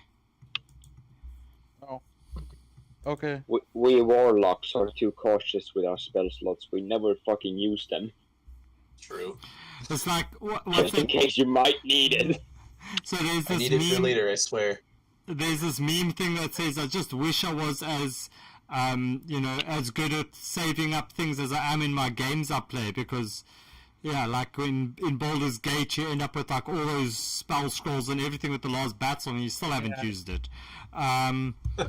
But yeah, so you arrive, and it's relatively dark, but the moon is out. You can see quite clearly, and as you look over this chasm and this bridge, you see these 3 huge cyclopses, and they seem to be arguing about something. Aww. Can we hear what they're arguing about? We should help them make a decision. Yeah, you Oscar is can. gonna wave at them. Do you guys need some help? You look like you're having some trouble. And as you ask Stealth is out that, the window. they all 3 suddenly stop as they look towards you. They look at each other and they go, "Well, I guess that solved it." And will you all please roll me initiative? Oh crap! All right, here we go again. Stealth is an option, guys. Just putting it out there. No, it isn't. Stop lying. I thought it was. Never heard of it. Yeah, what? Stealth. What hello? is I want stealth? to fight everything that we run into. That is the only Yeah. option. Did you all roll 3 of 22s? us rolled the exact You same really did. initiative. Who's gonna go I- first? Dexterity rolls. tiebreakers? Frozen again. Wow. Okay. Demos, you have control of Rocky. He'll move pretty much on your shoulder the whole time. He's not separating Sweet. from you whatsoever. Wait, he's so, on my shoulder or I'm on his shoulder? Well, you're not riding him. Oh, That's no. How strong is Demos here? It's not that Demos is not Demos. that kind of game.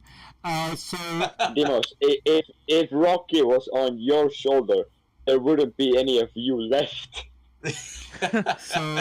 Demos is getting a shoulder ride from the golem. Yeah, So exactly. let me check. Demos, you a 14. Duke, you've got a 18. So you'll go. Duke will go first. Let's put it to 0.3. Oscar, what's your dex? 14. My dex is +2.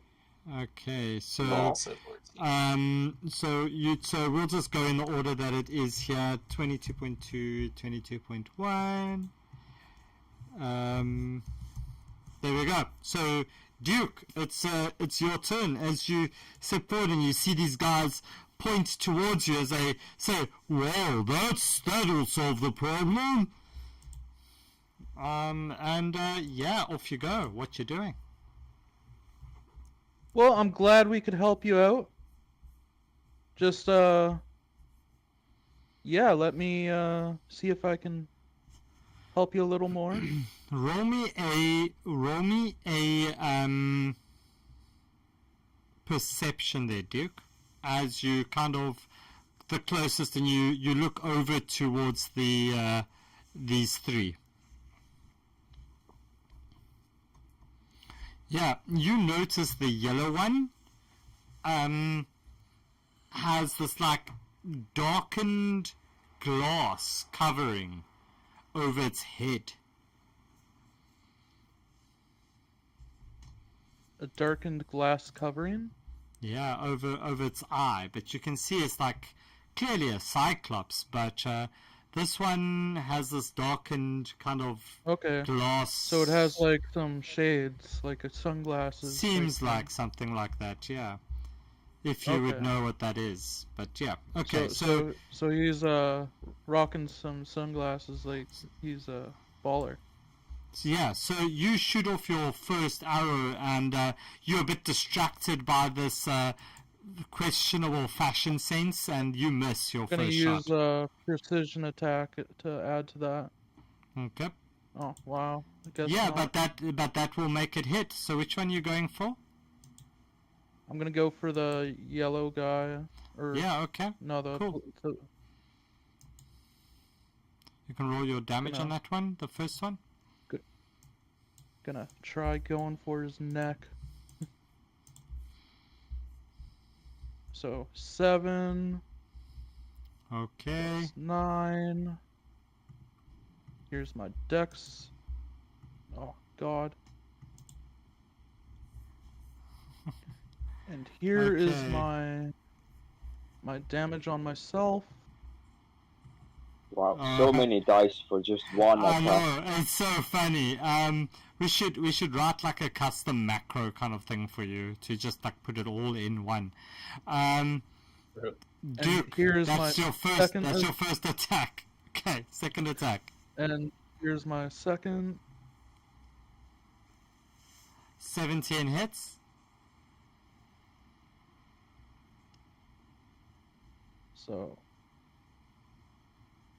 here's damage die. Oh my god, come on. 5 plus 5. So that's 10. That one's good.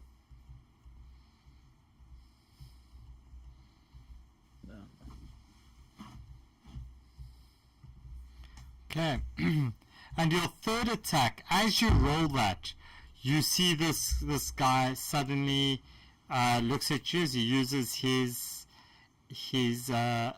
limited foresight as a reaction, which means that that it imposes disadvantage. So please roll that again for me. And it means that it has an advantage on its attack rolls against you. So yeah, that will still hit, but it has advantage against you now, Duke. So that's 10 damage. Okay. And 11 damage. Nice. Wow. 21 damage on that shot. That's some good damage. Yeah, but I hit myself. My bow hits me.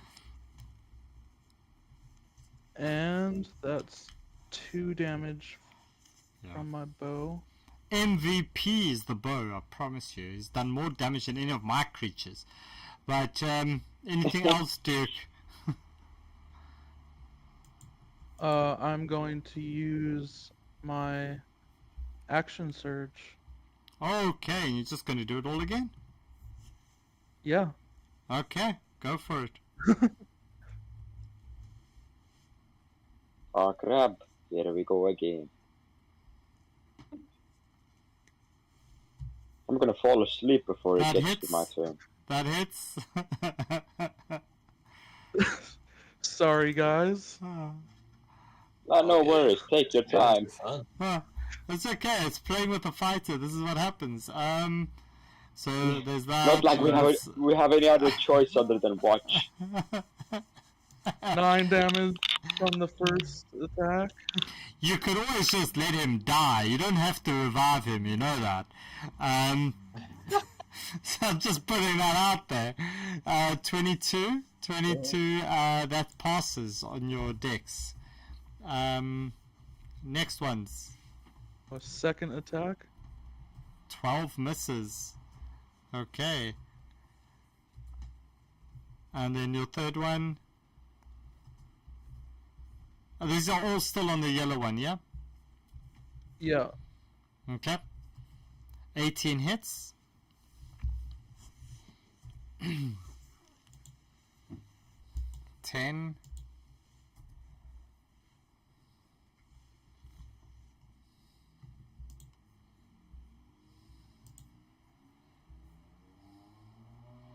And that passes. Okay.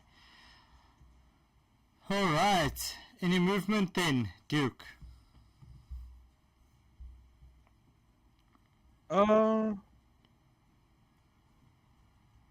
No, I think that'll be all. Okay, Demos, it's your turn. All right. So, riding on Rocky's shoulders, what is Rocky's movement speed? You are so just taking the piss, but 30 feet. Okay. Assuming Rocky is now my mount, I will use Rocky's 30 feet of movement to go about here. Roughly. I believe that was 30. Okay. And then, standing right behind him, I'm going to kind of pull out my Book of Shadows and look at all these Cyclopses and be like, hey guys, did you hear the sun rises in the east? And I'm going to cast Tasha's Hideous Laughter on all three of them, since it is at 5th level. And that is a Wisdom 19 DC save I need from all of them. Freaking hell. Okay, just break the game. Ta-da! That's what I'd say. Wisdom 19. Yes. Okay, let's see. They all fail, so what's the... They're all incapacitated, right? Just yes, laughing. and I believe they just fall prone. Fall prone laughing, and at the end of their next saves, they can make another wisdom saving throw. Okay, cool. So they are all there, they're all prone, double over laughing. Okay, and anything else, Demos? No, that's gonna be it. I'm just gonna kinda... well, actually... No, yeah, that's gonna be it. Just standing on Rocky's shoulders over here. Just gonna be kinda hanging on the bridge. Okay, Oscar, it's your turn. Fantastic. Well, damn. Now I don't know if I want to deal any damage because that would break the spell for them. Could reposition at least, though. But what if I only attack just one? Let's all gang up on the blue one. The others can't do shit. Well, the yellow one is already bloodied, so we should probably hit him first. Fair enough. Okay, I will. Wait, I'm gonna turn movement tracking on. I'm gonna walk 30 feet. Then I would like to bonus action cast far step. Mm-hmm. Which gives me a 60 foot teleport. Okay. And it's concentration, and until the concentration breaks, I can use a bonus action to teleport the same way again.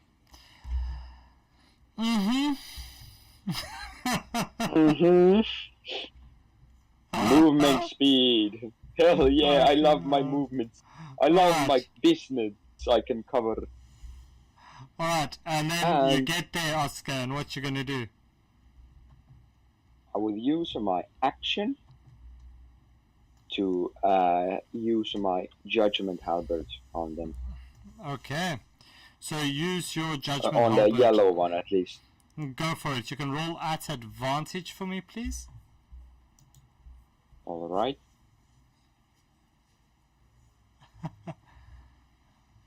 Uh, 22. 22 hits. Roll me your damage. So you bring down this halberd, right? And you snap it through this you just snap it and you smack him for 12 points as you see. Did it die? No, it's not dead. You just see a whole bunch of things go flying. Yeah. Okay, and that's an additional D6. So that was... Yeah, and it's all radiant damage. Okay, it's all radiant damage. Yeah. And it's just laughing the whole time as you do this. Okay, I'm gonna attack it once more. Okay. A flat roll, or... It's advantage because Wasn't- they're prone. They are prone. Oh, they haven't gotten up yet. Yeah, no. right. Yeah. Forgot about that. And that's a 23. Okay. So let's just see. I just want to check if it does quickly pass the laughing one. So it's a wisdom 19, hey? So it doesn't pass. And then the 23 hits, so that's 11. Okay. Plus And another. plus a 4. Okay. Awesome. Anything else?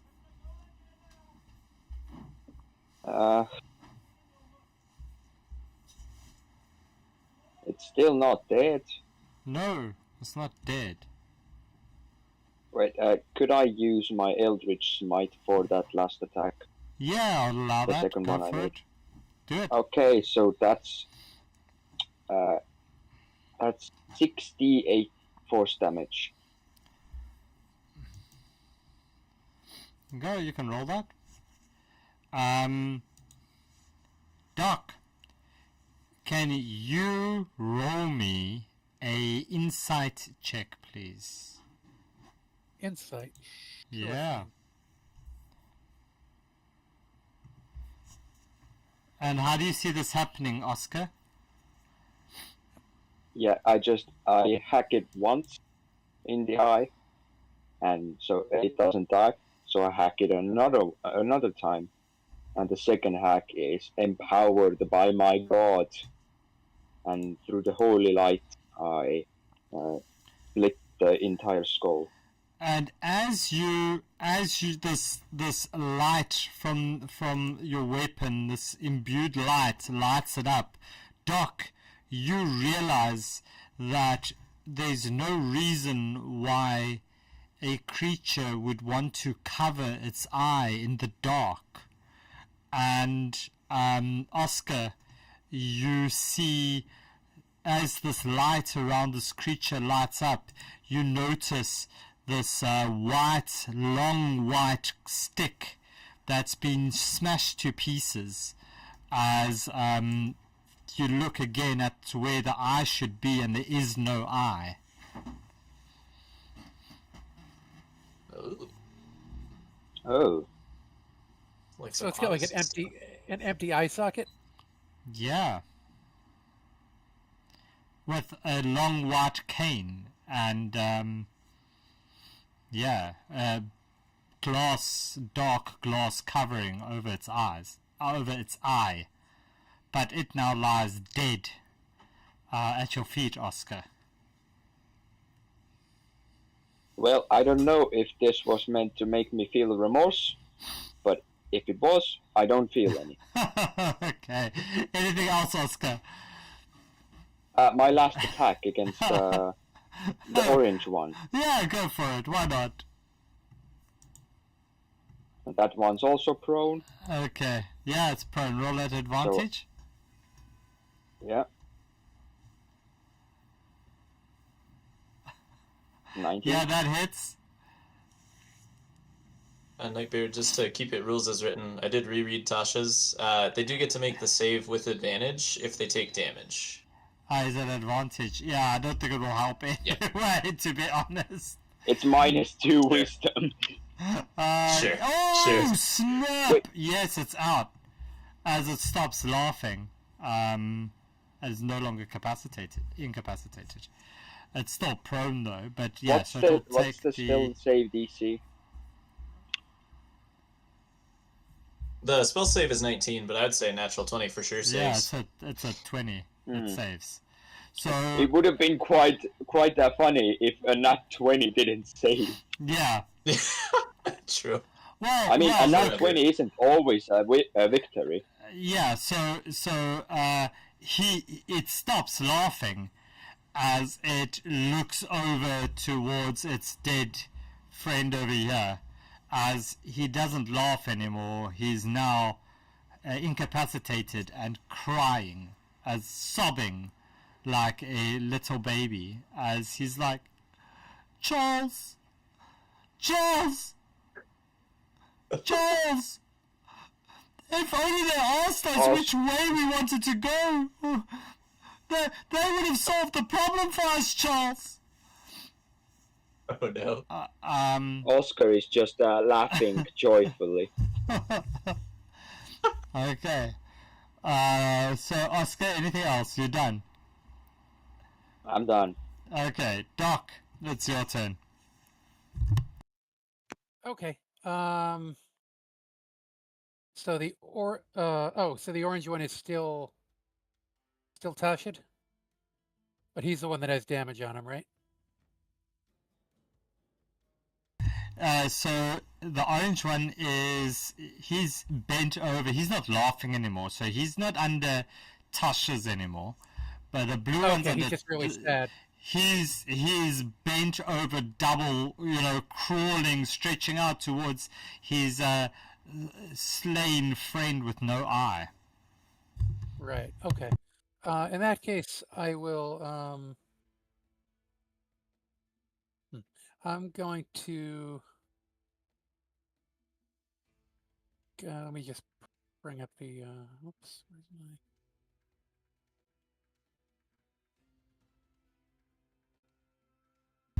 Oh well, let's just not fall for this poor defenseless things. Let's just we've already killed one. Let's just kill the rest. No witnesses.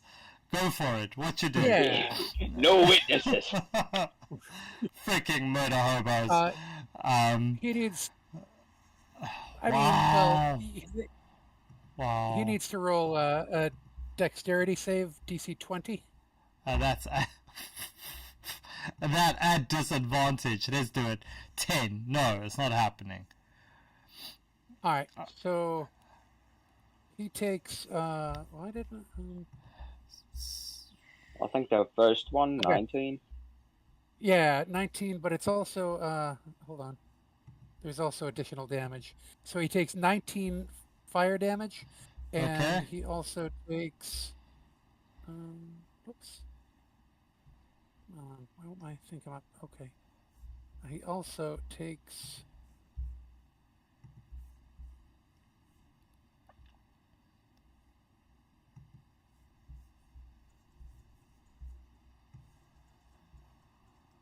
$16 radiant damage.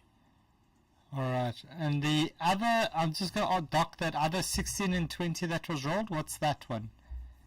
I don't have any idea. Like it. Okay, fair enough. Because that's also a 5d6, right? Yeah, is that what does? So 16 and 20? Because it also showed a 19 afterward, which like I only rolled once. Yeah, no, But I get. I've got, I guess I've that only first got it one on might my be the side. two rolls. Let me just check. You said that's a level flame Level strike? 5, so it's 5d6 fire damage and 5d6 radiant damage, Yeah. which might have been what those first two rolls are. I clicked on the cast button and it rolled all. Ah, that's why. So it does 5d6 radiant fire and 5d6 radiant. So that would be the 16 and the 20 that it rolls there. All right, cool. So That's the damage. So then those are the two damages. All right. So just so that we know going forward, then we'll play with that one. So what I will do is you did the 19 and then the 16. So I'll take those for now. That's 1 point. I'll just add on. I'll subtract one more. That's fine. Let's do that. Okay. There we go. Okay. And your flaming sphere does it stay or go? It goes. Just a just an instantaneous. Cool. And I will. You know what? I won't do anything else. That's it for me. Okay. We'll still treat this semi-similar, and I'll say, yeah, that will mean he's done, as he spends half his movement standing up as well. And he looks at you all on the bridge as he picks up one of these big-ass rocks, and he will throw it straight at you, Demos. 100% makes sense. Yeah, so he throws a rock's 26. That's going to hit you. Gonna hit. and the second rocket 22, and that's going to do 17 and 21 points of damage to you. Oscar Guardian, do your yells at job. Oscar yells at the Cyclops. Hey, I'm right here. They don't like melee. They're not the brightest. This one. Well, I can see that. Duke, it's your turn. Tasha's is still up after the 2 checks. That was The close. blue one doesn't pass. No, but Tasha's is up. So I was hoping that might have broken Tasha's, but It's close. It's close. But it's not close enough. 4, 5. Duke, roll me a acrobatics, please. What? Yeah. Okay.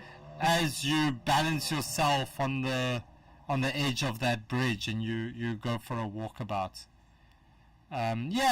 You just about hold your nerve as you look down to this chasm deep down below you. And as you kind of almost fall off, you lean over to make just double sure that there's no more skeletons underneath this bridge. And it's what you're doing, Duke. I'm shooting the yellow one. Or no, not the yellow one, the orange No, one. you can shoot the yellow one, 100%. No, if you really I'm want not to. shooting the yellow one. Okay. I'm shooting the orange one. Okay. Roll me your attacks, please. The Zombieland rules, Maybe- the double tab. Maybe Duke meant the yellow one, as in Duke himself. Because Duke is That's yellow. also yellow. That's also a fair target. Duke, roll me your attacks and let's see what you can do. Wow! Yeah. That should hit. So that's the Okay. first damage. Yeah. I'm so glad you don't have the on 19 crit thing. Oh, the champion. Oh yeah. Oh, that would have, because you've rolled 19 how many times? And you save, okay? Here's the second. 16 hits.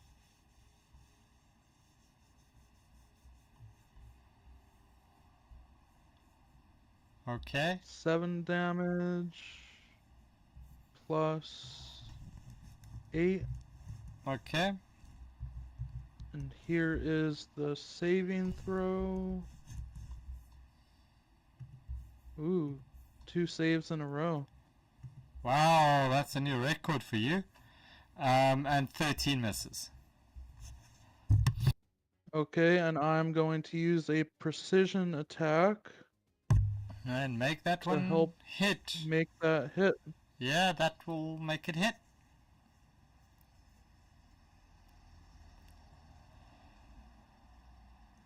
Nine does Damage. yeah. Ooh, that's nice. 8. Extra damage. And here is my saving throw. 15. You pass again. All 3 saves. Jeez, I'm telling you, something's wrong. Anything else that you want to do, Okay. Duke?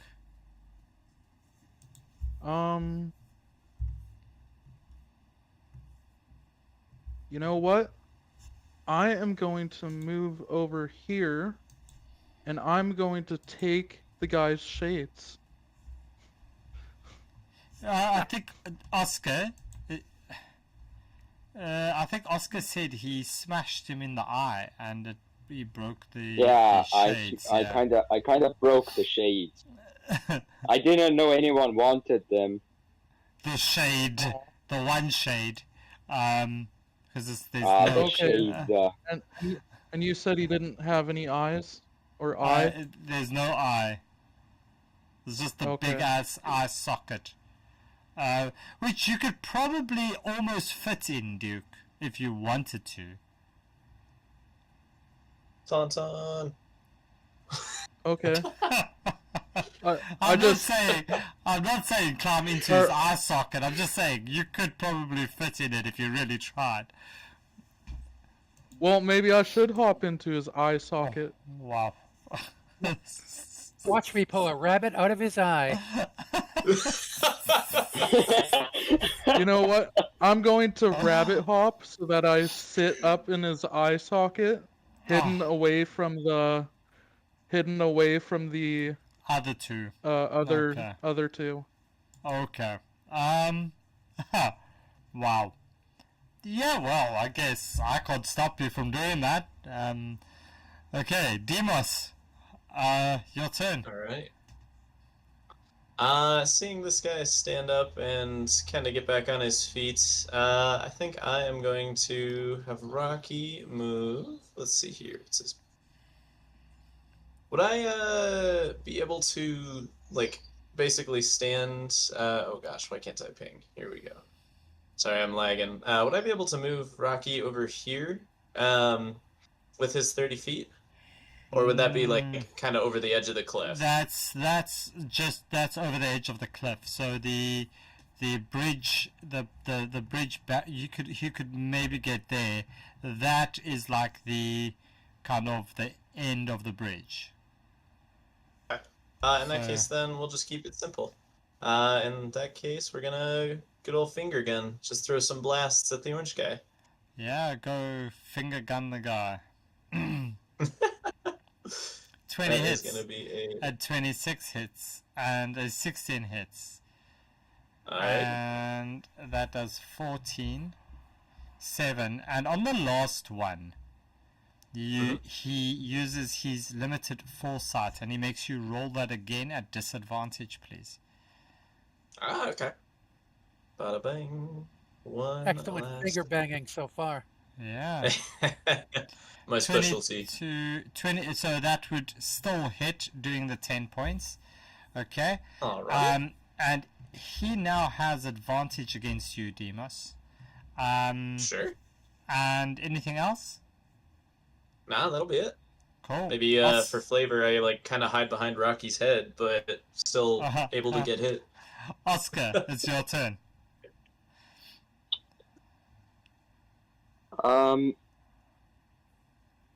Yeah, so, kind of thinking what to do.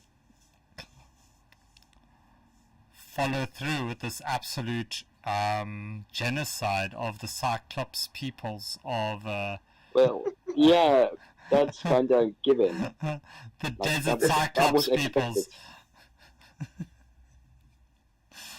Alright. I'm gonna, yeah, I'm just gonna start bashing the head of the orange one with my halberd again. Go for it. Like the absolute lunatic that I am.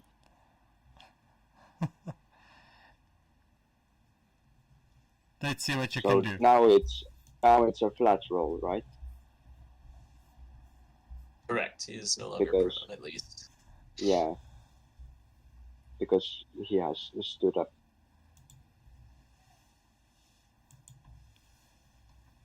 That's a 16. That will hit.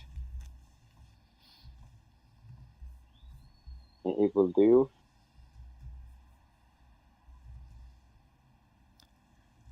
11 Okay. plus These 2. pluses 2. Okay. That's your first one. That's my first one. Now, second one. 20 hits. 20. 30, 20.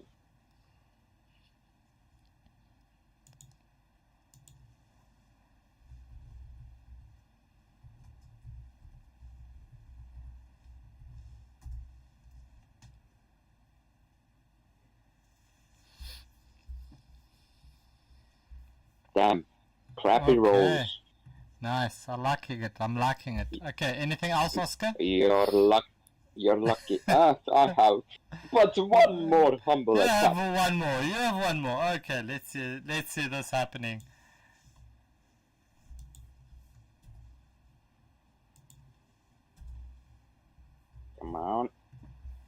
Nat 20. That misses. Oh, shuck. Alright. Roll with that damage. Let's see how absolute psycho you just go on this dude. Wait, Um, what kind of crit did we use? I can't remember. Was Happy it I for don't perfect think we were crit? doing perfect. so I don't just remember perfect crit. normal crit. Normal crit. Okay. Yeah.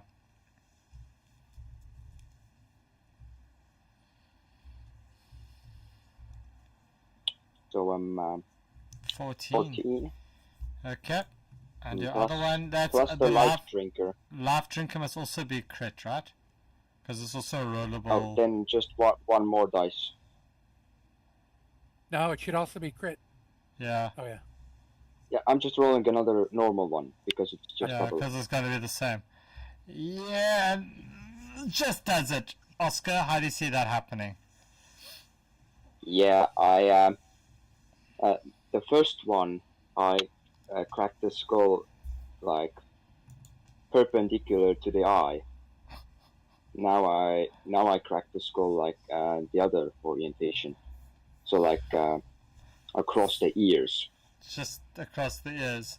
So it's and like as, yeah, four side of the head and the back side of the head separate. yeah, and as you do that, you just hear this absolute laughter coming from this one over here.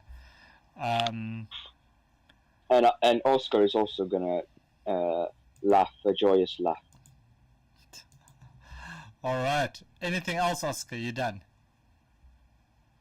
No, I'm gonna bonus action teleport here. Okay. And that means that Doc, it's up to you. What you do? All right. Doc is going to use metamagic to quicken a spell. Yeah. And he's going because he's gotten jealous at everybody making all these multiple attacks. So he is going to fire off at let's see, we'll call it a 4th level. Yeah, we'll do a 4th level. A 4th level guiding bolt. Okay. Only a 4th level. Yeah, that only hits. a 4th level. 15 hits. All right. Yeah. Conservator And that are we? does yeah, a little bit. I mean, it's early. 33 radiant damage. Oh, that's good. That's good. Doc. I'm Yeah. going to ask you to roll the guiding bolts again since he is prone. Oh shit, he Yeah, is that's still a prone. ranged Yeah. attack against the That- prone That's enemy. why I wasn't. That's why I Yeah. wasn't using that. Damn it. That Yeah. was stupid. All right. Well. Well, go for it. I'm sure you're going to hit. 14 still hits, so you're good. 33 damage. Great. I've met goblins with more AC. literally, no jokes. All right. So that's 33, and then for my the second spell, since I had quickened, I'm going to cast a Toll the Dead, and since he already has damage on him, Yeah.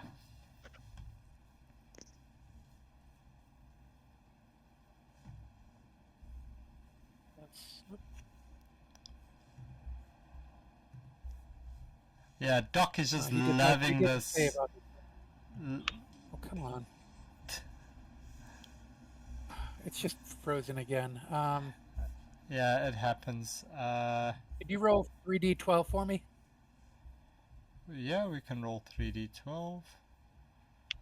That's that one. No, that's the wrong one. 1, 2, 3. There we go. 20. It's 3d12 plus 5, so 25. 25 necrotic damage. Nice. Okay. Oh, wow. Wow. Okay, anything else that you want to do?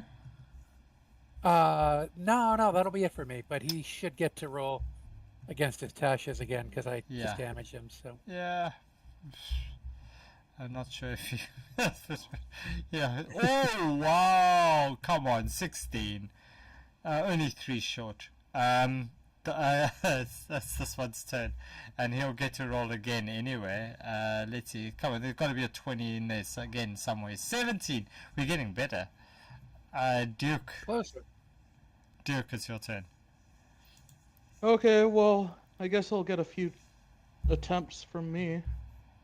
Duke, your first shot is also at advantage, or I guess it already is because he's still prone, right? Yeah. All right, because I hit him with the guiding bolt, so that. Oh well. I'll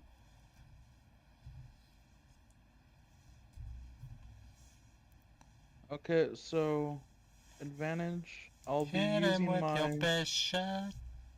I'll be using my aberrant goose shifter. So, right now it looks like a scimitar. 23, yeah.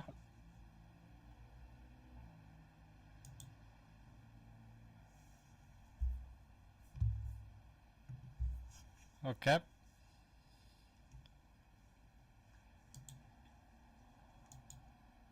Eleven Come on. misses.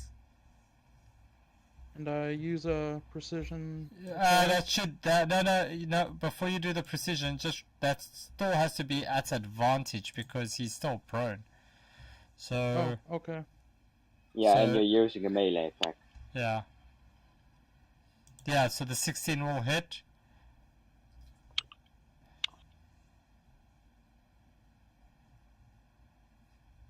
So you can roll me the damage on the second one.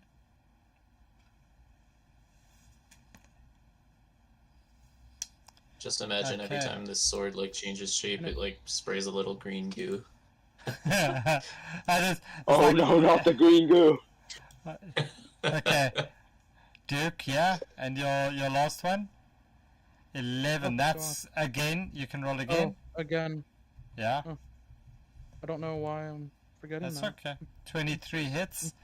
Roll me your damage on that, and then you can also roll me a. Let's make it a wisdom saving throw, please. A wisdom saving throw. Yeah.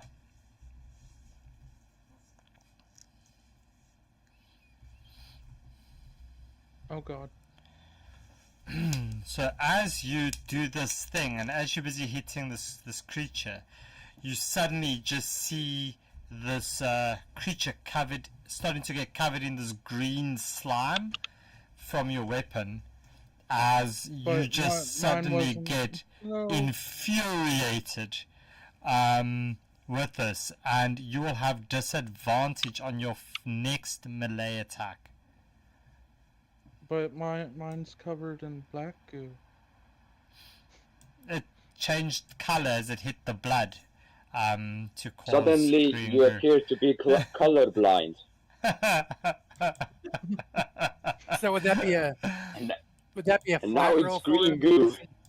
It's At just advantage one, to start? just one disadvantage on the next attack, on the on your next next turn's Go attack. round. Yeah. Oh. All right. Okay. Anything Okay. else, Duke? No, that's all. Okay. Demos. Demos. All right. I think now I'm gonna kind of maybe perhaps test out what Rocky can do, and ooh, actually, do I want to do that? Let's see here. Sorry, one moment. Oh, sorry, Oscar is kinda in the way. Yeah, thinking about that. I don't want to go knock Oscar off, so we're just gonna do the old safe reliable. We're gonna make some Eldritch Blasts, but since he's prone, are these at disadvantage? Yep. Rocky can probably jump right over him. True. We'll just go with the old reliable. We know he works. So here is going If to it be ain't broke, don't fix it. first one. Well, 13 doesn't work. Demos. Okay. So, There is number 2. 23 does. Yeah. And 28. Sweet. I refuse to believe that these are at disadvantage. They are at disadvantage. I Plus 11 refuse to multiplied believe. alive. 12. Freaking hell. 12 and 9. And- Okay. Yeah, Sweet. so those And- that's that one. Anything else? No. Or, well, I guess other than that, he would get to make his save again at advantage since he was damaged. But other than that, that'll be the end of Demos's go. Okay, so let's go advantage.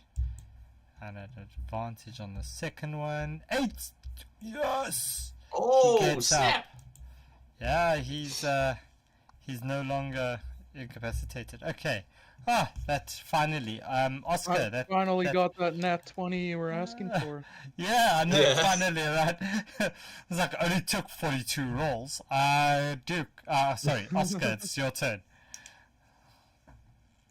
Okay, so do I want to do it the old-fashioned way, or do I want this to go out with a bang?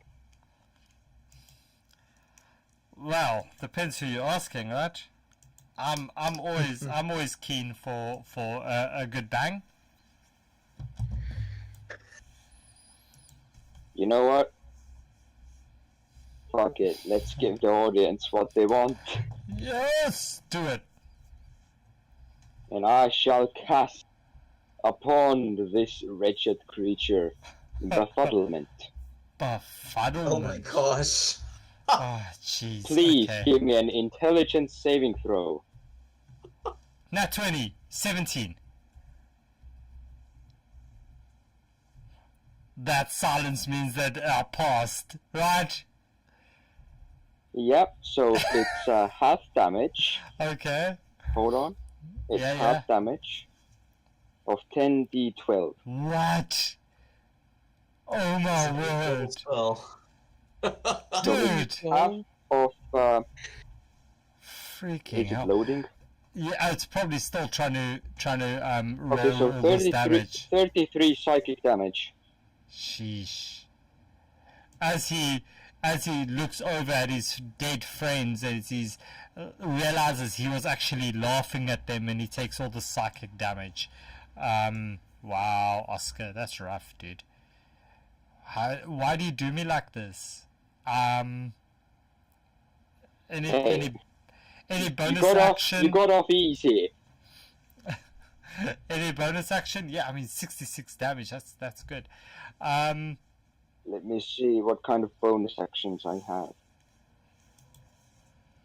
Yeah, out of 10d12, I'd say that's getting off pretty easy. Yeah. No, that's a good. But still a lot. 10d12. Jeez. Look, I'm learning here. Like, I'm telling you, this is high level games. This is a whole different vibe. It's like one spell. I wonder if Yeah. I wonder if the Cyclops has 5 hit points left. Do you think so? Perhaps. Okay. So. I'm gonna use as a bonus action my celestial revelation of inner radiance, and Oscar will begin glowing like a brilliant light bulb, Okay. and Oscar. now I deal 5 radiant damage to each creature that is within 10 feet of me at the end of my turn, and I'm within 10 feet. That's Okay. a 5 feet circle. Yeah, and now I'm gonna walk next to the beast, the wretched being. And I'm gonna Okay. give it a warm, radiant hug of 5 damage. Nice. Okay, it takes that 5 damage. Anything else, Oscar? No, that's it.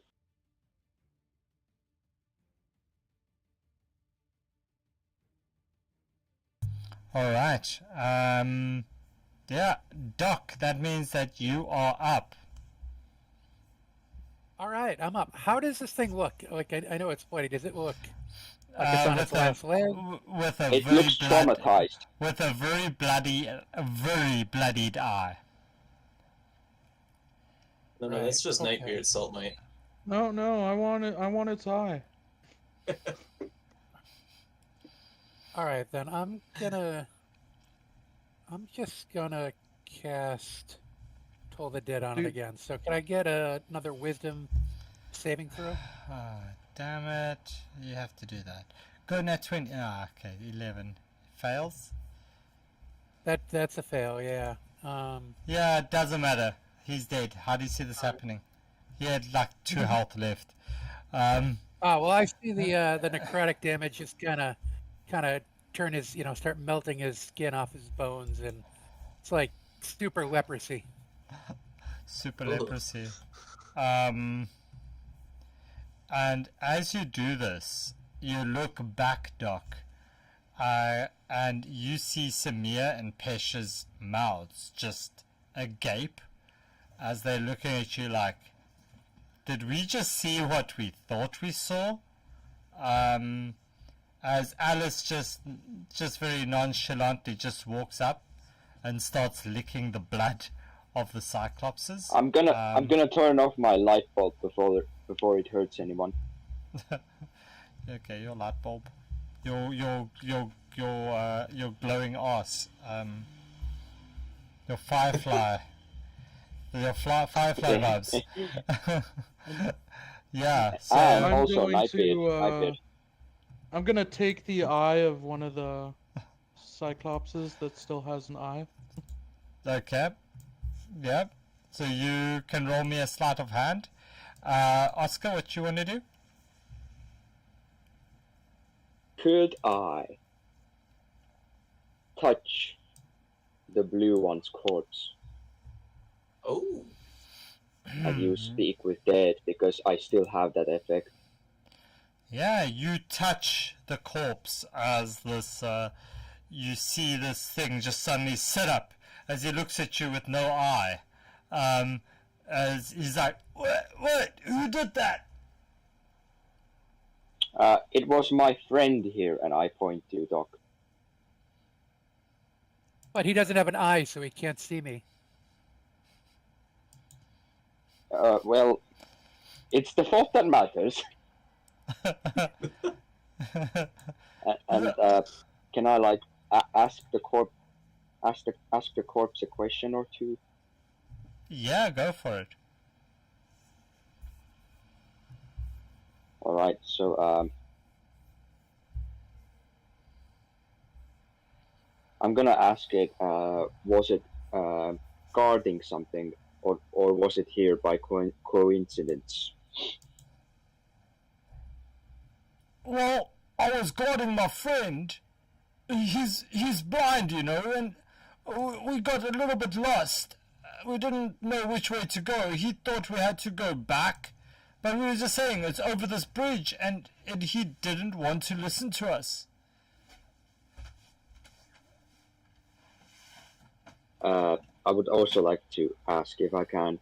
Were they intending on hurting us before we attacked?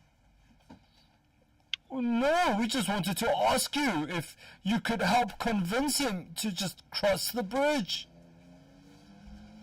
Wonderful. That just what I hoped for. That's bullshit. And then I'm gonna a final thing I'm gonna say to the Cyclops is no one will remember you. Doc, roll me an insight. Well, you did make us roll initiative as soon as we talked. Yeah, you know that this is utter BS. They were going to eat you guys up for dinner. You're like, there's no ways. Yeah. Okay. So, did a 13 get me the eye? Yeah, 13 got you the eye. Yay! So I'm going. Cyclops eye acquired. I hope the blue one heard cried. what Oscar had to say. Is that all you want to But ask no him? one will. Yeah, no one will Ask him. remember them, and I end the conversation. Ask him who the next thing we're going to run into is. I guess that's a little mystery. We'll have to find out. Ask him if he liked it when you touched him. Oh God. Oh wow, wow, wow! What you guys doing? This is No, we're not Oscar is doing gonna that. say out loud. This was the most fun I've ever had. Okay, No. Bex, I'll take that off then, Bex. It's only supposed to be one summons a game. I need to go and just recheck that. I think there's something that slipped up there. So I've refunded you. So yeah, no. So okay.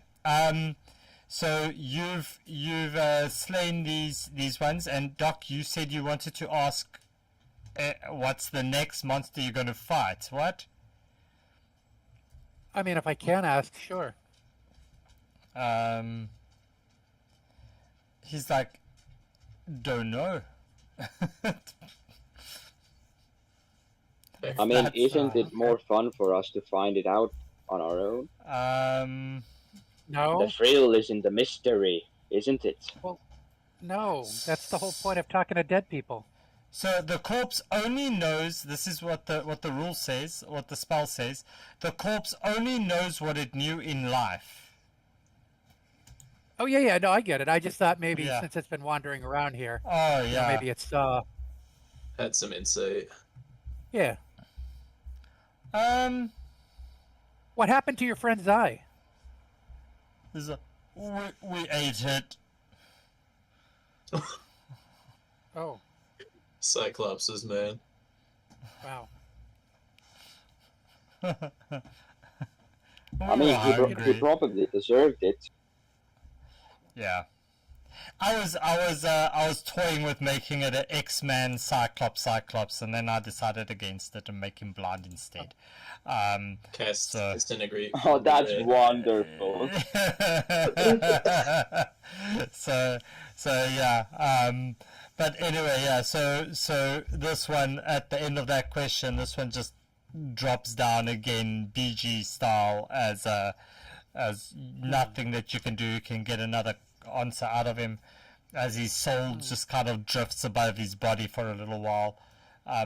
Alice isn't too fussed as it goes over to this one and eats its eyeball, sucks out all the juices, and looks very pleased with itself. What a we have, like, ravenous beast you are, Cannibalistic. Alice. Right, Alice. I like your Do they have any- enthusiasm, Alice. Any pouches or packs on But them or me, anything? me and Alice are gonna be best buds. Yeah, as Patience Can- and Mia say, if we're done, I think it's best we go. Dead bodies tend to attract attention. Ooh. Sounds good to Alright. me, Samu. Should we check the bodies? Like, do they have any pouches or packs on them or anything? You can roll me an investigation if you want. Yeah, better Um, check that out. My investigation is very bad. I'm going to give myself guidance. Not that that's going to help very much. Okay. Oh, 16. Freaking on a nat 1. No, Wait, investigation? no, it's a -1. Oh, it's a minus I 1. rolled a 16. Yes. The minus Jeez, one that's- plus one. I it's got a just 1 on like- the D4. It's just like it's okay. That's wow. It's just looked weird. Wait, what are we rolling? Investigation to check the bodies. Okay, Oscar. Anybody else checking a body? I'll check one, even though I already took an eye. I Wow. would much rather use perception. I'm more proficient in it. Well, you can just see if you notice anything in around maybe. Okay. So, Duke, you discover a pouch.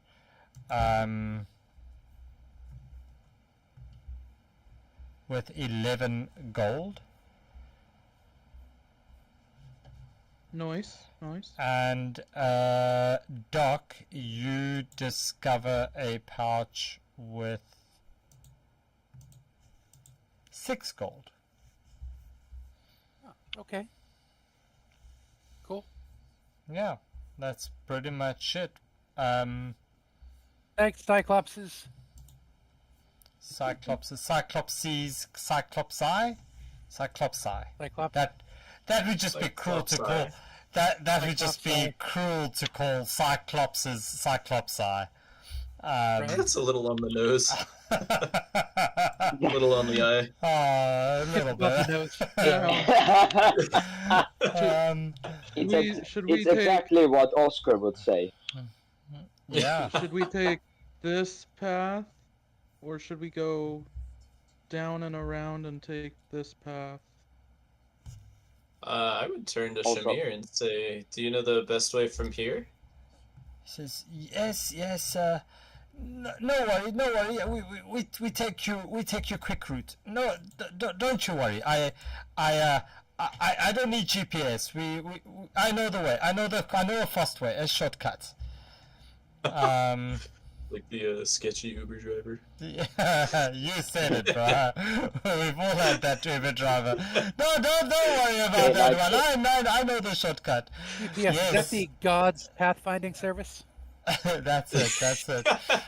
Yeah. And I bet. Yes. Does Oscar notice anything peculiar with a perception of 23? Just like Ooh. out and Ooh. about. You notice Alice looks a little bit too enjoying the blood of creatures. That to you is maybe a little bit interesting. Of course it's interesting to me. A ravenous beast like myself, we're gonna be best buds. All right. Is this some sort of zombie Also- camel, where it's like Also been notice infected with some sort that- of zombie attitude that likes eating dead flesh? Maybe. Doc is looking around at all the goo that kept flying off of Duke's sword, and Yeah. he seems perhaps more excited than he should be. What? You want to eat the No. goo?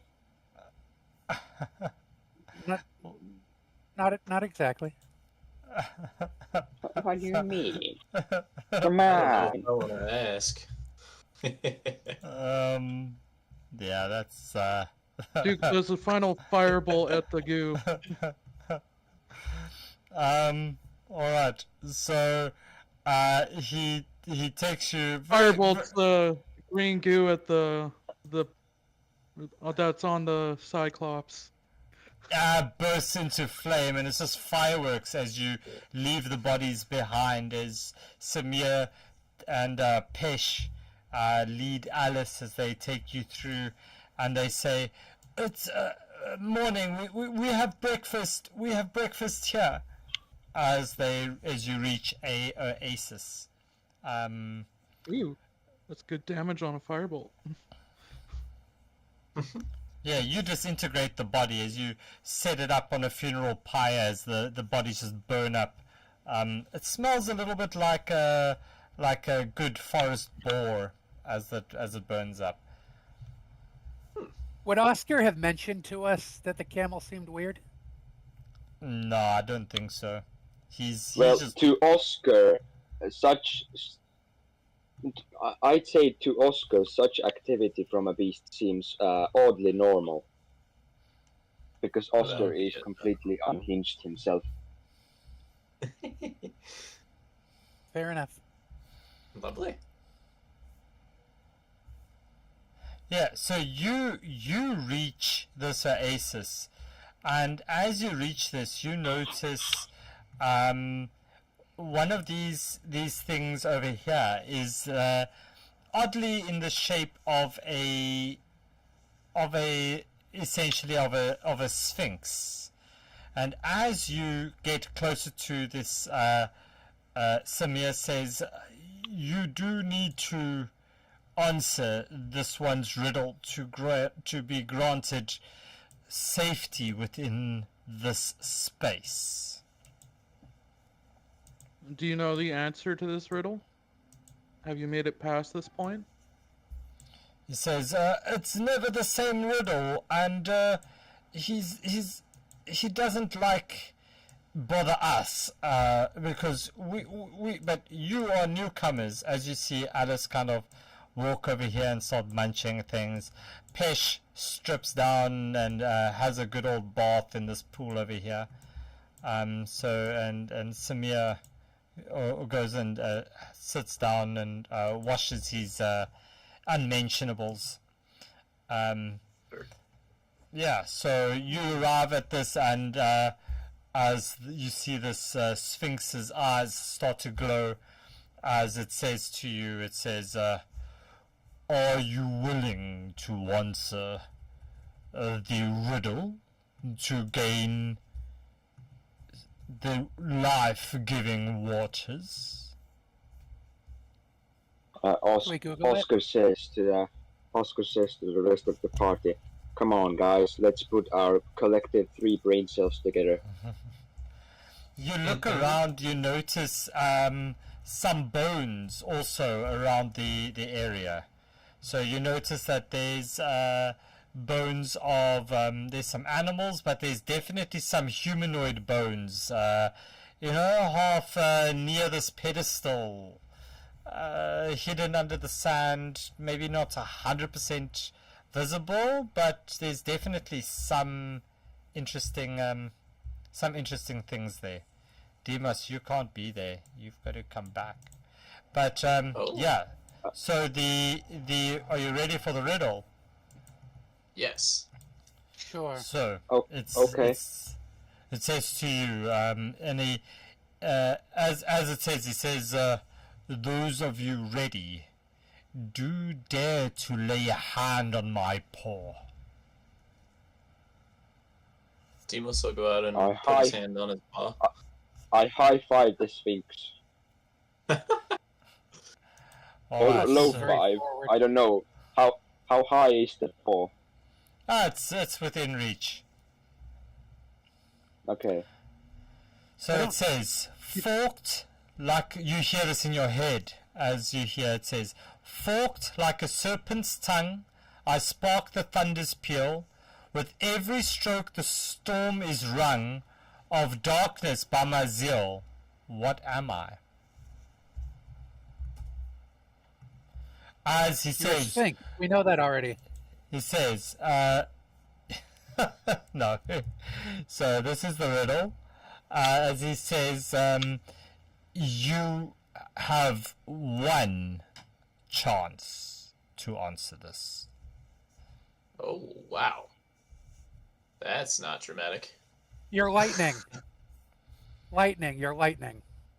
No. As you say that, you see this flicker of this Andro Sphinx, as it looks at you, as it smiles, and it almost purrs as it turns back to stone. And you hear this voice in your head and say, "You are wise, you may proceed." And all of you who've touched the Sphinx are resistant to lightning for the next while. So, yeah. Ooh. For 10 days. So you gain resistance to lightning for 10 days. Nice. Okay. Can I tell the Sphinx that I have a riddle for him? As he says, "Ooh, this is an interesting proposition." As Demos just commits harikari and just kills himself right there. I don't know what happened there. Oscar as well. Bye. Oh my god. Oh wow. That's what happens when you try to add a resistance, I guess. Okay. That is exactly what happens. So Doc, what's your riddle? What Das Inkstrick-Tasse. is in my pocket? He says, it depends. Is there a hole in your pocket or not? There is not. Then he says, what's in your pocket is what's in your hand, and what's in your hand is your life.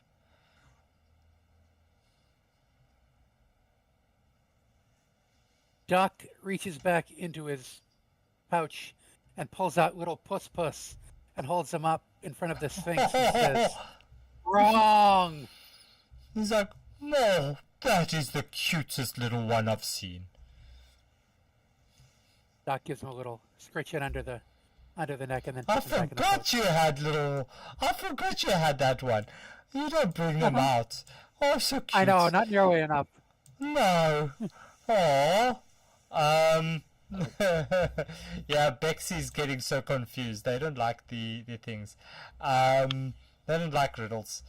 So, yeah. Okay.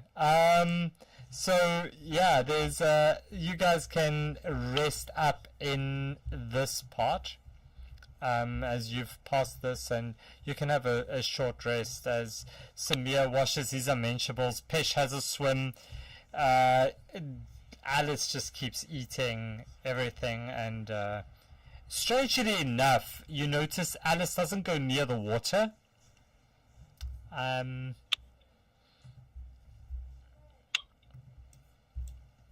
Would I notice that Alice is acting strangely? Roll me a nature check, please, Doc. Nature? Yeah. Okay. Wow! 24? Yeah, you notice. You're like, wait, this is dodgy. Eh? Camel's like got a choice of water and doesn't drink it. This is a little bit weird. It is, right? Yeah. Hey, Alright. hey, DM. Yes.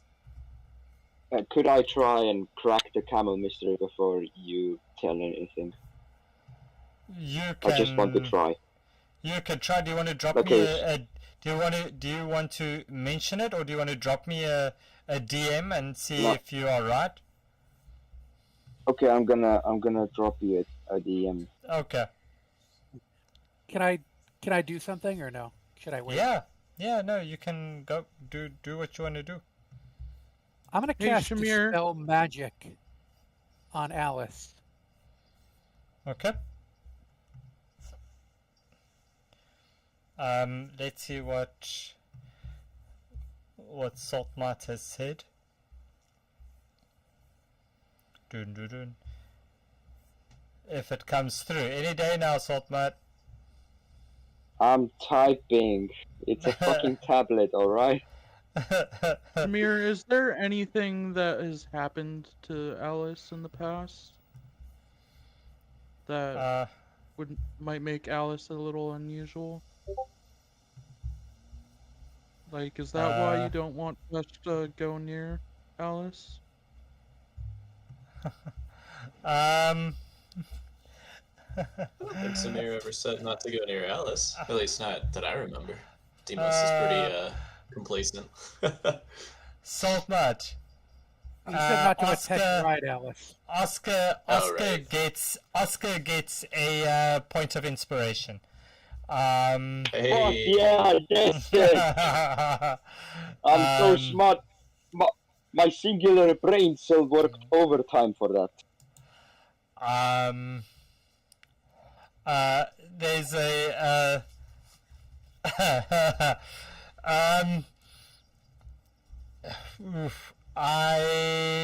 so Doc, you cast Dispel Magic on Alice. I cast Dispel Magic on Alice.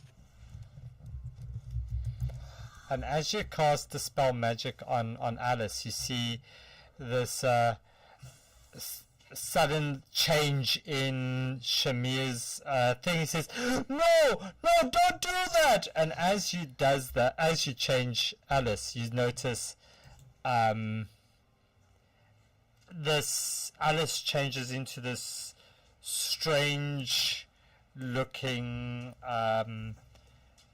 female zombie. whoa. Yep, Alice was an Oh. undead because Alice didn't want to go Yeah. near the life-giving water. It's Mrs. Shamir. Yeah, Huh. I called it earlier with the zombie thing. Yeah, that's the answer I gave Nightbeard in the DM. Yeah, it's just a little. It's not much as that flickers and then suddenly Alice is back. And Pesh notices nothing as Shamir comes up and just says, please, just, there's a reason I don't want Pesh riding Alice. I don't want him riding his grandmother. She doesn't like it. It hurts her back. And I beg your sweet pardon? Grandmother? Yes, my wife came back. Alkazaar brought her back, and she was no longer living. And I made a deal to make her a zombie, and unfortunately, it didn't quite work out. You know, the flesh rots, and it's. I made another deal for Alice to be turned into a camel. Much more useful that way, you know. Understandable. And Some weird don't shit, worry, man. we will keep your little secret a secret. All right. So essentially, yeah, you found the little Easter egg, and Samir says, we must move now to Harun. We're not that far, but this is where I leave you. I point you to Harun, but I will take you, but not further than the Hall of Rainbows. What's at the Hall of Rainbows? Is that the entrance to the vault? Sounds As he lovely. says, I will show you. I will show you the Hall of Rainbows. As he escorts you further to Harun. And now you just need to give me half a second over here. No worries. As he brings you Bounce, to the bounce. entrance. Bounce.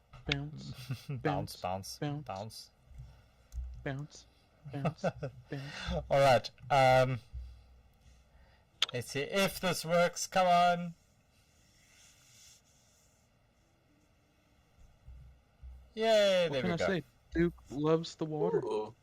All right. So he explains to you. This is Harun, and yeah, you essentially leads you at this. It leads you to this entrance. And as you arrive at this entrance, can you all roll me a perception check, please? Absolutely. Oh, the perceptive. Finally, bone. something I'm great at. Yeah, I get advantage on perception. Me Advantage. too. You can use your advantages. Hey, net 20.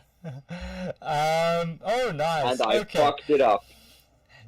Yeah, you guys all kind of you realize that the landscape around you bears the scars of a purple worm's habitation.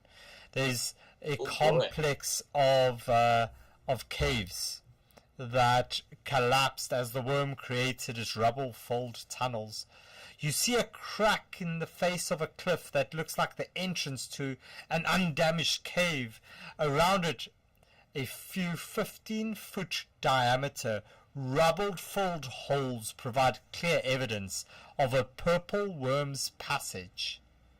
Overhead, vultures circle, anticipating an early dinner. Guys, I'm afraid we might have to choke the purple worm. Are you sure about that? Wow.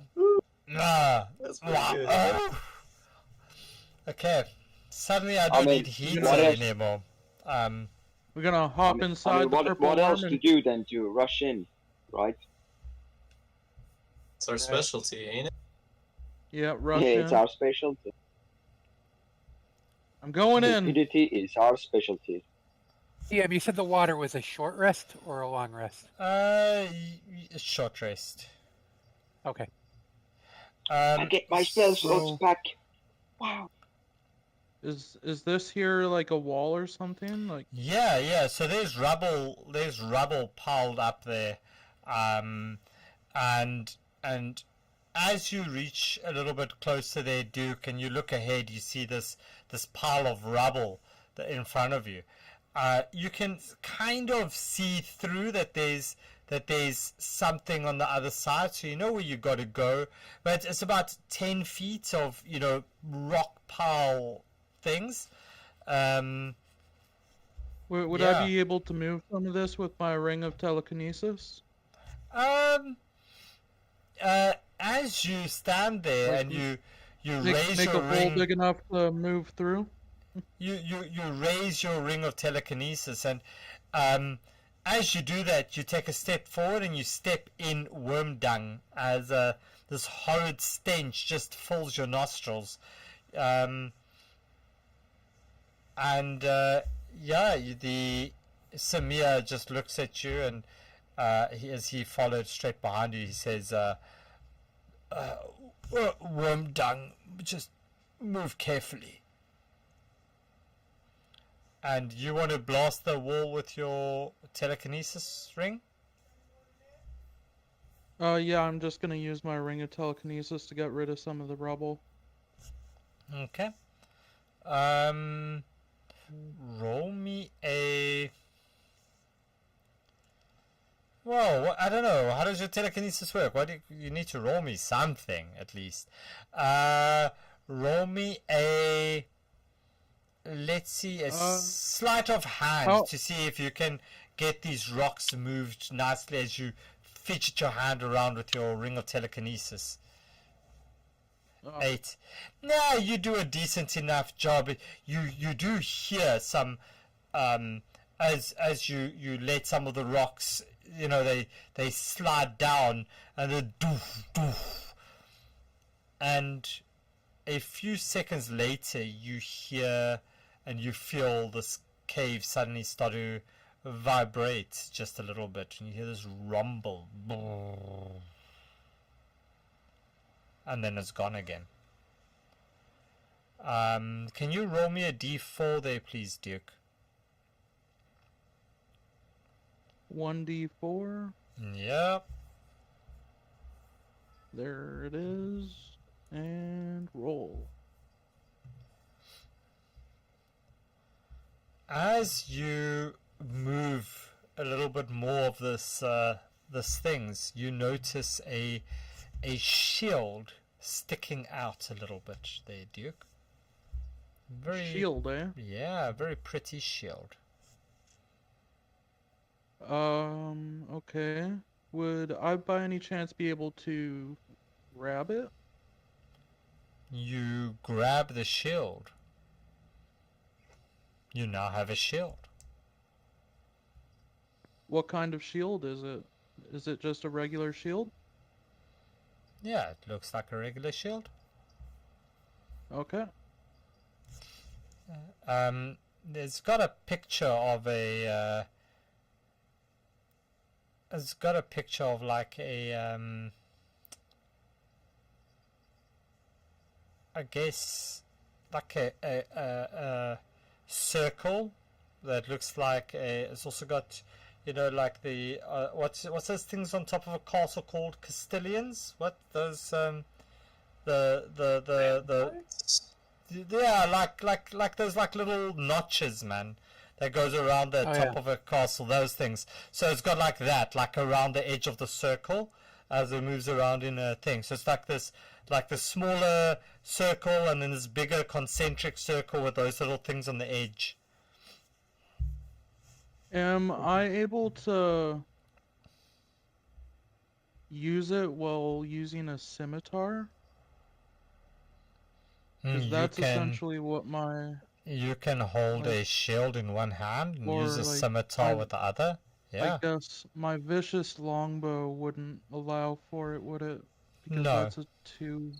that's my two-handed weapon.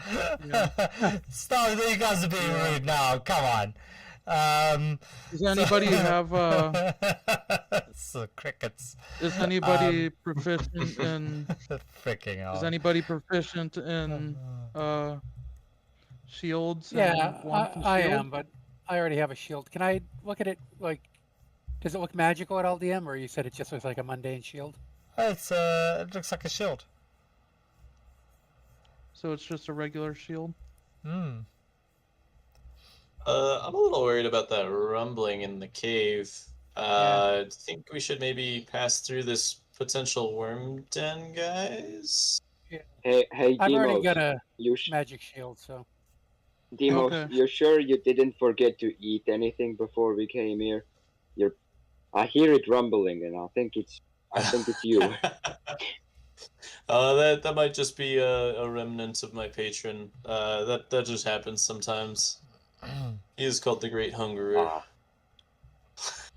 That makes a whole lot of sense. That doesn't make any sense. So as you reach that space there, you see that this tunnel opens up into this cave, like 50 feet long, 30 feet wide. It's 20 feet tall. Bats chitter near the ceiling. They flutter about. The floor reeks with mounds of guano. Colorfully painted frescoes line the walls deeper in the cave.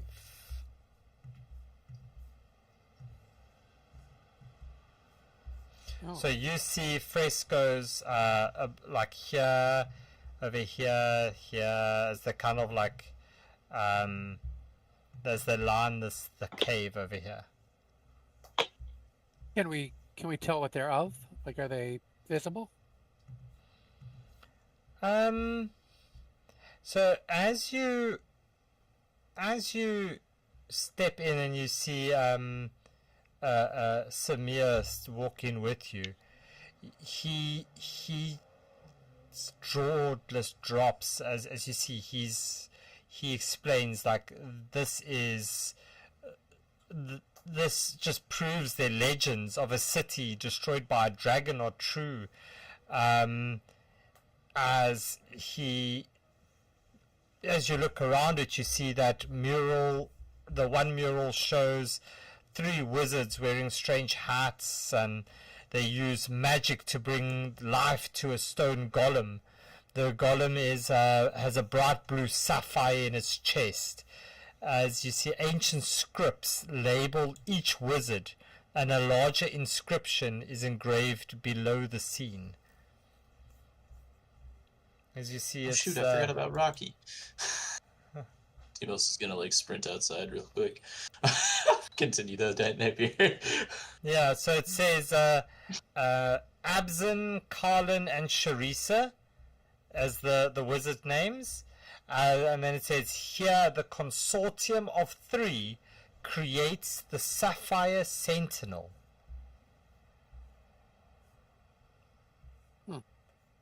With going through any of the books in Candlekeep Mystery, would we have heard those names before? No. The next mural illustrates 3 wizards with odd hats presenting a stone golem to a young man dressed in royal finery. One of the wizards embeds a sapphire shard in the right palm of the young man. Ancient scripts label the young man, and a larger inscription is engraved below the scene. As Samir translates it to you, he says, "This is Prince Hamukai of Azuma." As the inscription says, "Here the Sapphire Sentinel is bound to the wizard prince Hamukai of Azuma." Okay, so that's definitely Rocky in the frescoes then. It looks pretty freaking similar, yeah. The next one shows the golem and a prince standing, placing a golden cylinder in a vault filled with stars. A blue beam of light emerges from a gem in the golem's chest. And the inscription engraved below says, as translated by Samir, says, "Here, by Hamukai's command, the Sapphire Sentinel unlocks the Vault of Stars to hide and protect the Nether Scroll." The next one, D, says, portrays a battle between a young man with a blue stone embedded in his right palm and a blue dragon and its army of monsters and men. The dragon is wounded in one eye. 3 wizards wearing peculiar hats accompany the young man.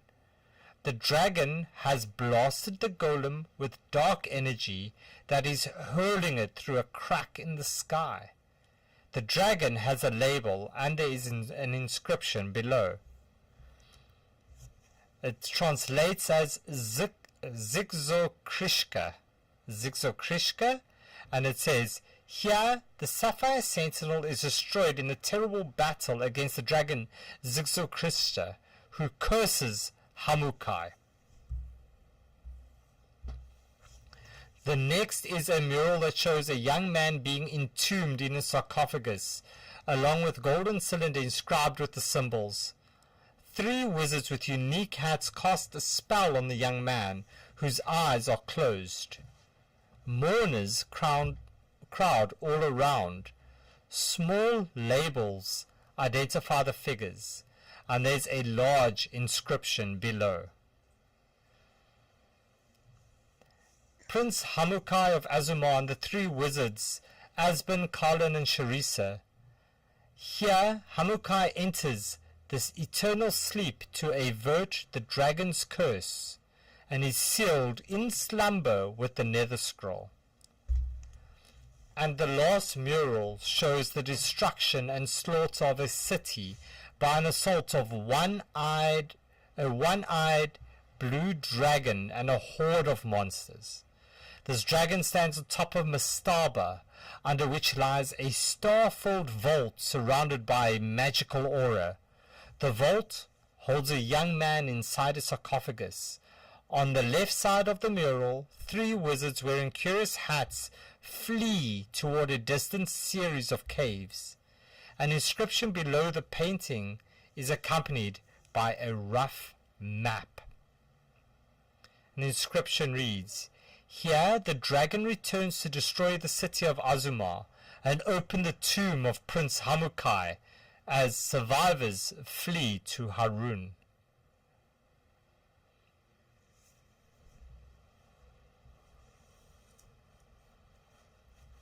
Yeah. As Samir says to you, yeah, he can point you to the he can take you to that place. He can show you where that place is. Yeah, Well, I mean, lead I on, guess- Shamir. Yeah, we're in it now. Yeah, we're here for the long run. All right. We're here to protect those who can't fight for themselves. We shall And avenge to them. pillage your cultural heritage. Also that. All right. And as you look at this and you discuss this, and Samir explains this to you, you again feel this rumble as Rocky steps forward that way, as you suddenly feel this ground beneath you, Deimos, give way. Oh no. As Oh this no. purple worm, don't move away, Duke, you were there, as this purple worm's teeth penetrate the soil beneath your feet, it turns to mush. And But I read. we will leave the I was session watching there. I was watching the how-to video. You know On the scrying stone. Yeah, I was watching the how-to scrying stone with the purple worm. All right, and that is where we will leave today's session as this purple worm pushes its way up through the ground towards you as you just feel it start to disintegrate beneath your feet, and we will leave it there. So I remember someone mentioning Dune. somebody mentioned Dune. Oh no! Somebody must have. Guys, you should have walked without rhythm. Yeah, it's It's all Rocky's fault. It's all Duke's fault for blasting the wall with telekinesis. But that's it, guys. We'll leave it there. Thank you very much. Thanks to everybody on the stream for tuning in. Yeah, we'll leave it right there, Bex. So thank you very much. I know this is a very lore heavy ending, so I'll try to see if I can give you a little summary in our Discord chat. But essentially, you get to know that this there's a prince in this vault with this thing in his hand, which essentially controls Rocky, and you're able to figure that out, and you know you need to get there, and Rocky's the key. So with that, we will leave that there for now. Hopefully, yeah. Is that sort of why Rocky was a little more interested in Demos? Like, was the prince a tiefling or something? No. It's you see the